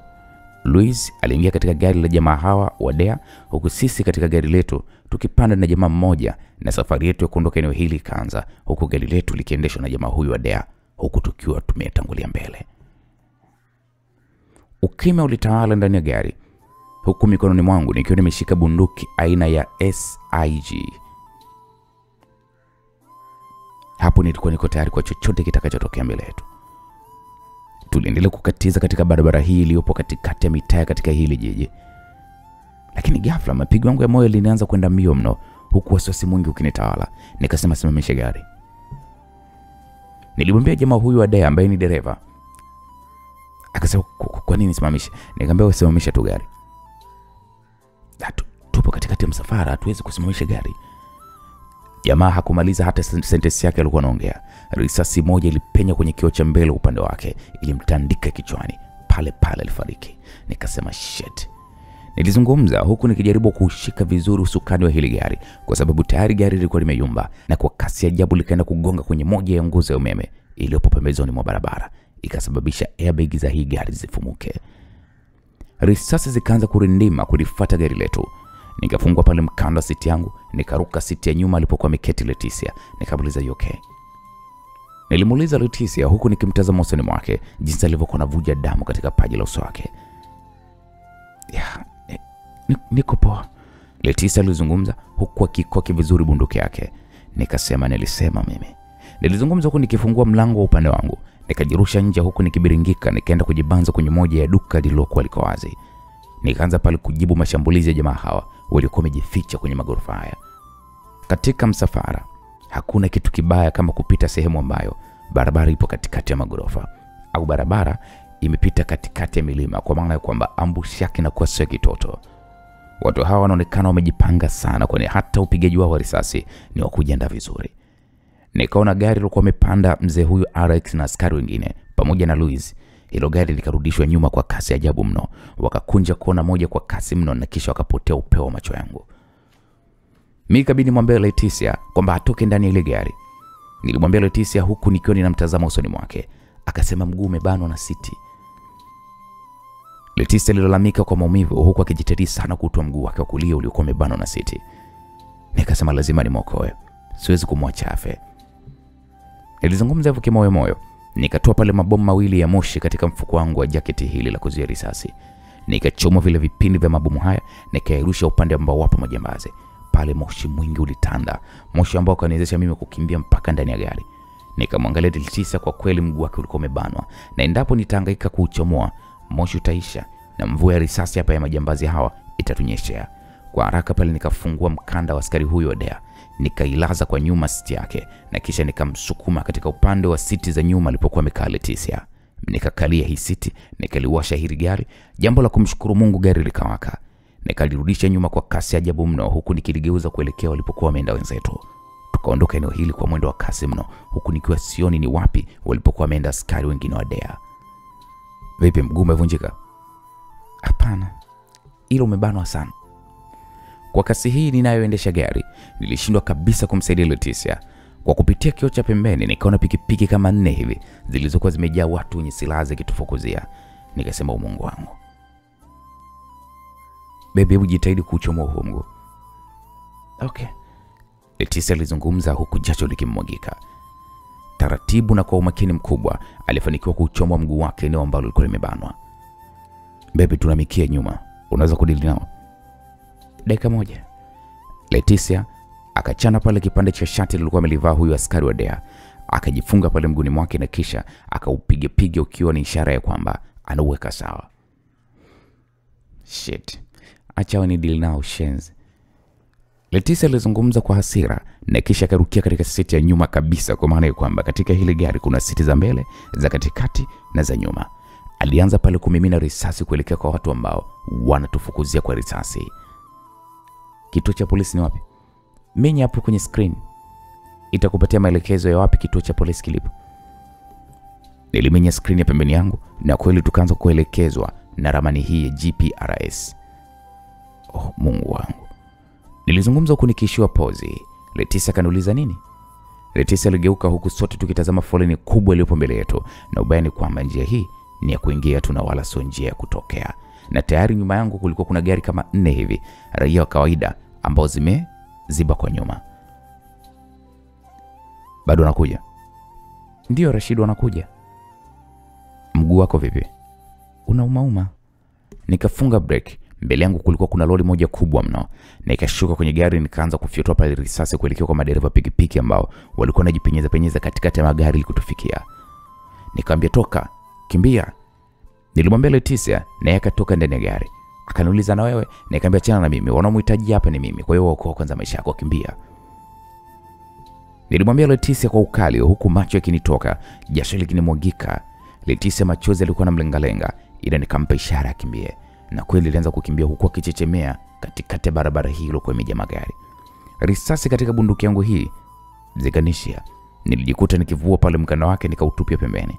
Nikachoma bastola, na sasa nilikuwa nimejitolea kufa ama kupona, kwa maana ya kwamba kadiri muda unavyozidi kwenda ndivyo jinsi genge la majambazi wa RX wanazidi kuongezeka kuhakikisha kwamba wananikamata. Nami nikaanza kukatiza pale katikati ya foleni hii ya magari huku nikikimbia kwa uwezo wangu wote. Jambo la kumshukuru Mungu ni kwamba kuna baadhi ya maeneo magari yalikuwa yamebanana kiasi cha kuwafanya wenye pikipiki pia na wenye washindwa kupita. Baby, niliita kwa maana ya kwamba nilikuwa nimevaa earphone inayoweza kuwasiliana na Leticia. Akaniambia mpenzi wangu. Nikamwambia uko wapi? Nimefanikiwa kufika ubalozi wa Marekani. Wewe uko wapi? Kwa maana kwamba nahitaji kuweza kuja kukuokoa. Nikamwambia wale jamaa waliombeba RX vipi? Nao wameshafika ubalozini. Tuambie uko wapi? Nikasema itafute signal ya simu yangu, utajua wapi nilipo. Mimi sifahamu hii mitaa. Hapo foleni ya magari ikaanza kutembea. Ingia.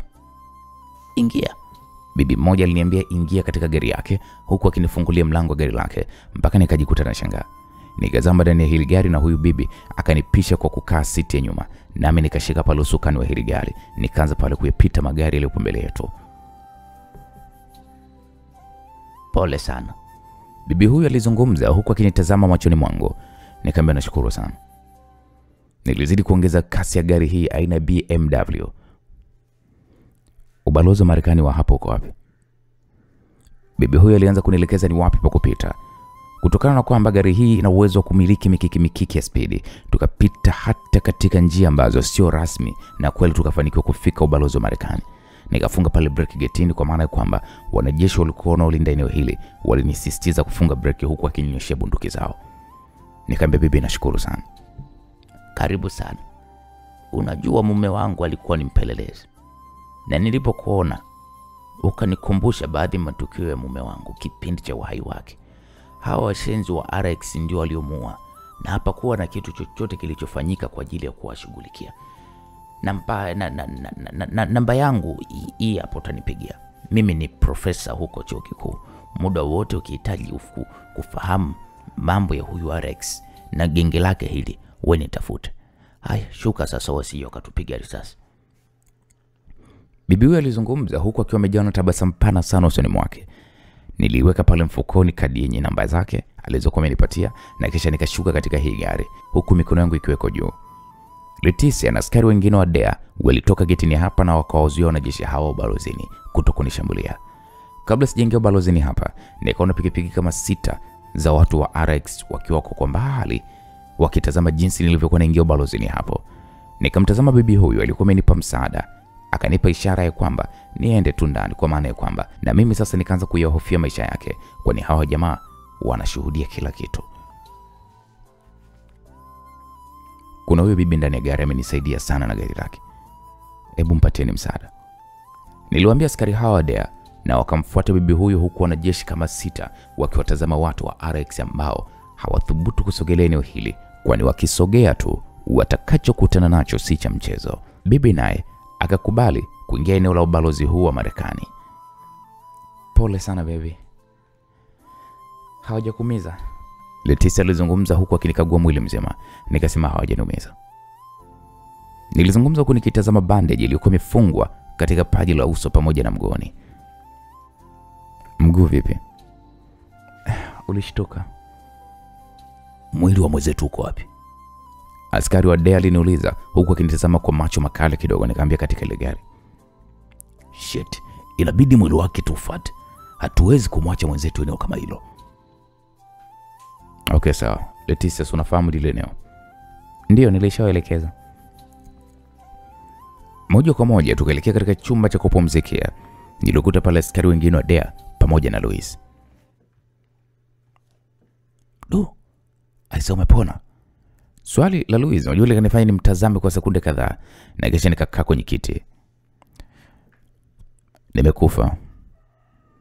Jibu langu likawafanya watu wote wacheke japo tupo katikati ya shida kubwa mno. Samahani bwana. Yuko wapi Alex? Anaojiwa. Wapi naweza kumwona? Hapana, anahojiwa na kitengo kingine. Naomba tuzungumze Leticia. Tukatoka eneo hili, tukasimama kwenye korido iliyopo nje ya chumba hichi. Nisikilize baby. Ninahisi ya kwamba katikati yetu kuna msaliti. Msaliti? Nani? Jiulize. Walijuaje kama tunamsafirisha Alex ikiwa hatukuwa na escort ya polisi wala hatukuwa na ishara yoyote kwamba magari yetu ni ya wanasalama? Leticia alishusha pumzi na taratibu akawa ananitazama. Nikamwambia jiulize tu hilo jambo. Hapa ninavyoona kuna kamchezo kanaendelea. Hebu tuhakikishe kwamba tunakuwa tuko makini bwana. Wewe unamwisi nani? Na Mwisi aliniuliza kama nimepona kwenye lisekeseke. Ina maana kwamba alikuwa anatambua kabisa ya kwamba nitakufa na ndio maana alishtuka kwa uwepo wangu, na istoshe kwamba watu wa Alex waliwekeza nguvu kubwa sana kwangu ya kunifuata, huku wewe na hao maskari wengine wakiwaacha, ingali walishajua kwamba Alex yupo kwenye gari walilopanda kina Louis. Kweli bibi wangu, nimeshaanza kupatwa na mashaka katika hili. Hebu tufanye hivi. Tuwe makini sana na hatua za Louis, kwa maana kwamba japo amekuwa ni mpelelezi ila ana maisha fulani ambayo alipokuwa Brazil hakuwa nayo. Nikigundua kama ni utanisamehe, msaliti hapaswi kuweza kuishi kwenye haya maisha. Usije ukafanya maamuzi ya kuhisi ikiwa hata hao jamaa wa DEA wanaweza kutusaliti, na istoshe wao na sisi ni nchi mbili tofauti na sije kufanya nao kazi zaidi ya leo.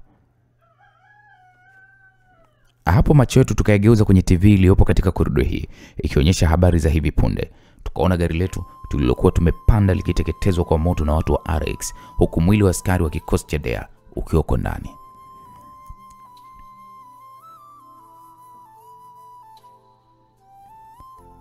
Wa Marekani mmeingia katika nchi yetu na mmemshikilia Mungu wetu. Tutamua kila Marekani iliyopo hapa Mexico, la sivyo mwacheni Mungu wetu RX. Tunatoa masaa 5 la sivyo kitakachowakuta wa Marekani itakuwa ni halali yenu.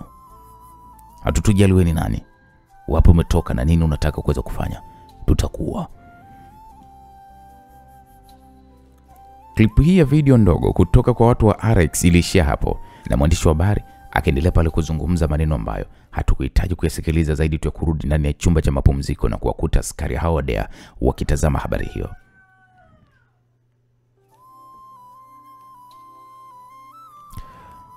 Huyu mtu inabidi asafirishwe haraka kuelekea Marekani. Kiongozi wa askari hao wa DEA alizungumza huku akiwatazama wenzake. Wakatoka ndani hapa huku nyuso zao zikionekana kujawa na hasira mno. Hii ni shida sasa madam, alizungumza Louis. Louis, naomba simu yako. Nimesema ninaomba simu yako. Leticia alizungumza kwa ukali sana na kufanya Louis atoe simu yake mfukoni mwake taratibu. Taratibu mkono wangu wa kulia nikashika bastola iliyopo kiunoni mwangu. Endapo Louis atafanya jambo lolote la kipuuzi na mmaliza hapa hapa. Password?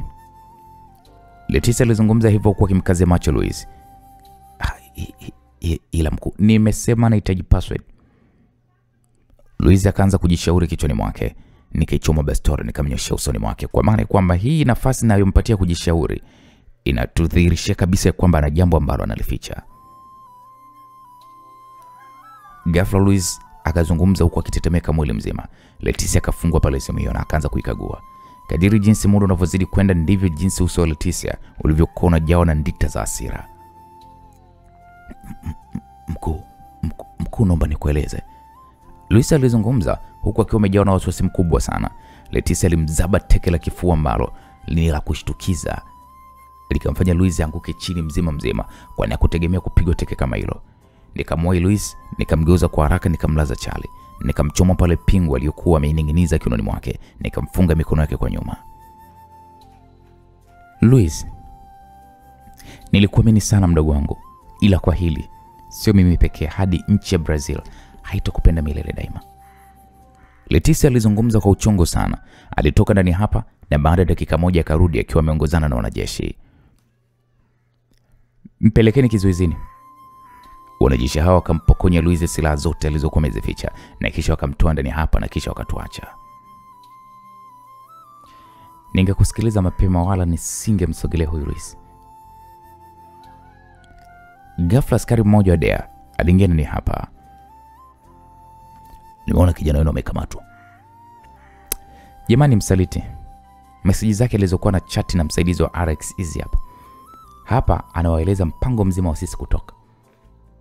Leticia alizungumza huku akimwonyesha askari huyo meseji zilizopo kwenye simu ya Luis. Askari huyo akazisoma meseji hizi na kisha akatoka ndani hapa na simu hiyo. Hii ni aibu kipenzi changu. Luis ananiletea ise.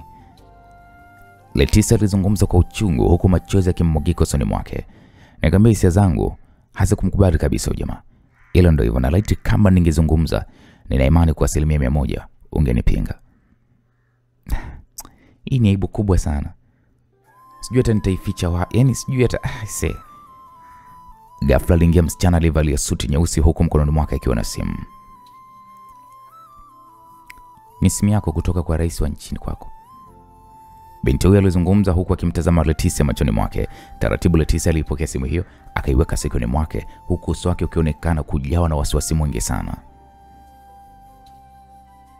Ndio mheshimiwa. Leticia alizungumza kwa sauti ya upole. Alianza pale kuelezea jinsi tulivyomgundua Luis ya kwamba ni msaliti dakika za mwisho. Sawa mkuu. Leticia alikata simu na kumkabidhi mwanadada huyo, na huyo mwanadada akatoka ndani hapa. Ese mheshimiwa amekasirika sana. Do. Yeah. Yaani hapa amewaka hatari. Kwa jambo hili napaswa sisi kuachana na operation hii mara moja, na vikosi vya Marekani vinachukua hii nafasi. Ila anafanya mpango wa kuzungumza na rais wa Marekani ili kiwezekana sisi tuendelee na operation hii. Leticia alizungumza kwa sauti ya upole na unyonge wa hali ya juu. Nikamwambia hilo sio kosa lako, kwa maana kwamba hukulijua. Ndio. Ila unajua samaki mmoja akioza ndo wote. Inapo tumepoteza uaminifu kwa serikali ya Marekani. Na mbaya zaidi ni kwamba askari wao mmoja wao ameuawa na ametolewa kwenye vyombo vya habari. Ndio hivyo kipenzi. Sasa hivi hatuwezi kuhusishwa kwenye jambo lolote. Ghafla mlango ulifunguliwa na waliingia wanajeshi wawili wakiwa na bunduki mikononi mwao. Tunaomba silaha zenu na muongozane na sisi. Mwanajeshi mmoja alizungumza, na hatakuwa na pingamizi cha aina yoyote. Tukampatia silaha zetu na kisha tukaongozana nao. Samani. Mwanajeshi mmoja alizungumza huku akifungua mahabusu iliyopo katika jengo hili la ubalozi wa Marekani. Nikamuuliza, samani, kwa nini tena? Kwa nini tunafungiwa? Sisi tunafuata amri. Tukaingia ndani ya mahabusu hii ya wafungwa. Na geti hili lilikuwa lina nondo nene ambazo sio rahisi kwa mtu kuweza kuzipindisha wala kupita. Hapa ni lazima tuwekwe chini ya uangalizi wa kijeshi hadi pale upelelezi wao utakapoweza kukamilika. Leticia alizungumza kwa kikaa chini. Nikasema ila sisi tumejitahidi kadiri ya uwezo wetu kuokoa maisha yetu, na ilikuwa ni ambush. Ndio. Ila ndio hivyo kipenzi. Inatakiwa tuwe wavumilivu tu. Tulikaa ndani hapa kwa masaa mawili. Mlango ulifunguliwa na wakaingia wanaume wanne, huku mmoja akiwa ni mzee kidogo na alikuwa amevalia suti nyeusi. Balozi wetu amefika. Leticia alizungumza huku akininong'oneza. Habari zenu? Salama mkuu. Tumekuja kuwachukua na tunaelekea ubalozini kwetu. Mwanaume mmoja ambaye ni Marekani akafungua geti la mahabusu yetu na tukatoka. Tukaongozana na balozi huyu na watu wake hadi katika ofisi ya balozi wa hapa Marekani. Vijana wenu wapo salama kabisa. Majeraha yake aliyapata kwenye hiyo operation. Hakuna shaka, tunashukuru kwa ushirikiano wenu. Karibuni tena. Pale tukapewa fomu 2 kila mtu yake. Tukaonyeshwa eneo la kusaini. Nikaipitishia pale macho ya haraka fomu hii, na inaonyesha ni kiapo cha sisi cha kujivua katika operation ya kumtafuta Don, na Wamarekani wameamua kuifanya kazi hiyo wao wenyewe. Tia hapo saini. Jamaa mmoja aliyekuwa ametupatia hizo fomu aliniambia huku akinitazama machoni mwangu. Nikatia saini eneo alilokuwa amenionyesha, na kisha tukaondoka hili eneo. Tukaingia kwenye moja ya Range Rover, kati ya Range Rover hizi 3 ambazo zina bendera ya nchi ya Marekani. Mimi na Leticia tumeingia katika Range Rover ya nyuma pamoja na dereva, huku Range Rover ya katikati ikiwa imepanda balozi na walinzi wake, na gari ya mbele ilikuwa na walinzi. Kwa hiyo habari ya kumtafuta Don ndio imeishia hapa. Ndio hivyo. Ila mimi nilikwambia kwamba tusiwasiliane na Haudea, ilo kunisikia mpenzi wangu. Na ukaona kama mimi sijui ninakufelisha, sijui nina uwezo kusina uwezo kufikiria. Hai, tunarudi Brazil. Na mimi misha yangu ndio imeishia hapo. Kwa hiyo baada hapo mimi naendelea na misha zangu. Rashidi jamani, hakuna cha jamani. Baby, muda mwingine nikizungumza wewe unanisikiliza na kunielewa. Nisamee, nitakuwa nakusikiliza kwa kila jambo kwanza hivi sasa.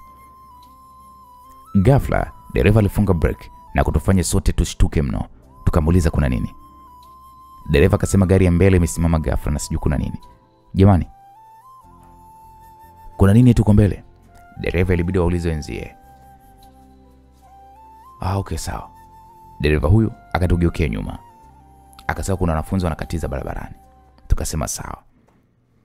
Leticia ndo alijibu hivyo huku akiwa amejiegemeza vizuri kwenye seat. Mimi nikageuka nyuma, sio ni gari hata moja ikiwa inakuja katika barabara hii. Hapo taratibu taa ya hatari kaanza kulicheza kichwani mwangu. Nikasema wanafunzi ni wengi. Nilimuuliza dereva huku nikiendelea kuangalia kila kona. Bane, ghafla mlipuko mkubwa ulitokea katika gari la mbele kabisa. Tulishuhudia jinsi gari ya walinzi wa balozi inavyopeshwa juu kwa mlipuko mkubwa mno, na kitendo cha ile gari kutoto chini, walijitokeza watu wa RX kusipojulikana. Walianza kutushambulia kwa risasi, kitu kilichotufanya tuchanganyikiwe, kwa maana ya kwamba mimi na Leticia hatuna silaha ya aina yoyote. Haya, sasa bado vita bado haijaisha. Kama walifanikiwa kuokoka kwenye vita ya kwanza, je, hii watafanikiwa kutoka salama? Usikose kufuatilia kisa hiki cha kusisimua katika sehemu ya 11. Mzigo mtamu wa kuitwa Rise Up. Mimi naitwa Uncle J. Bye bye.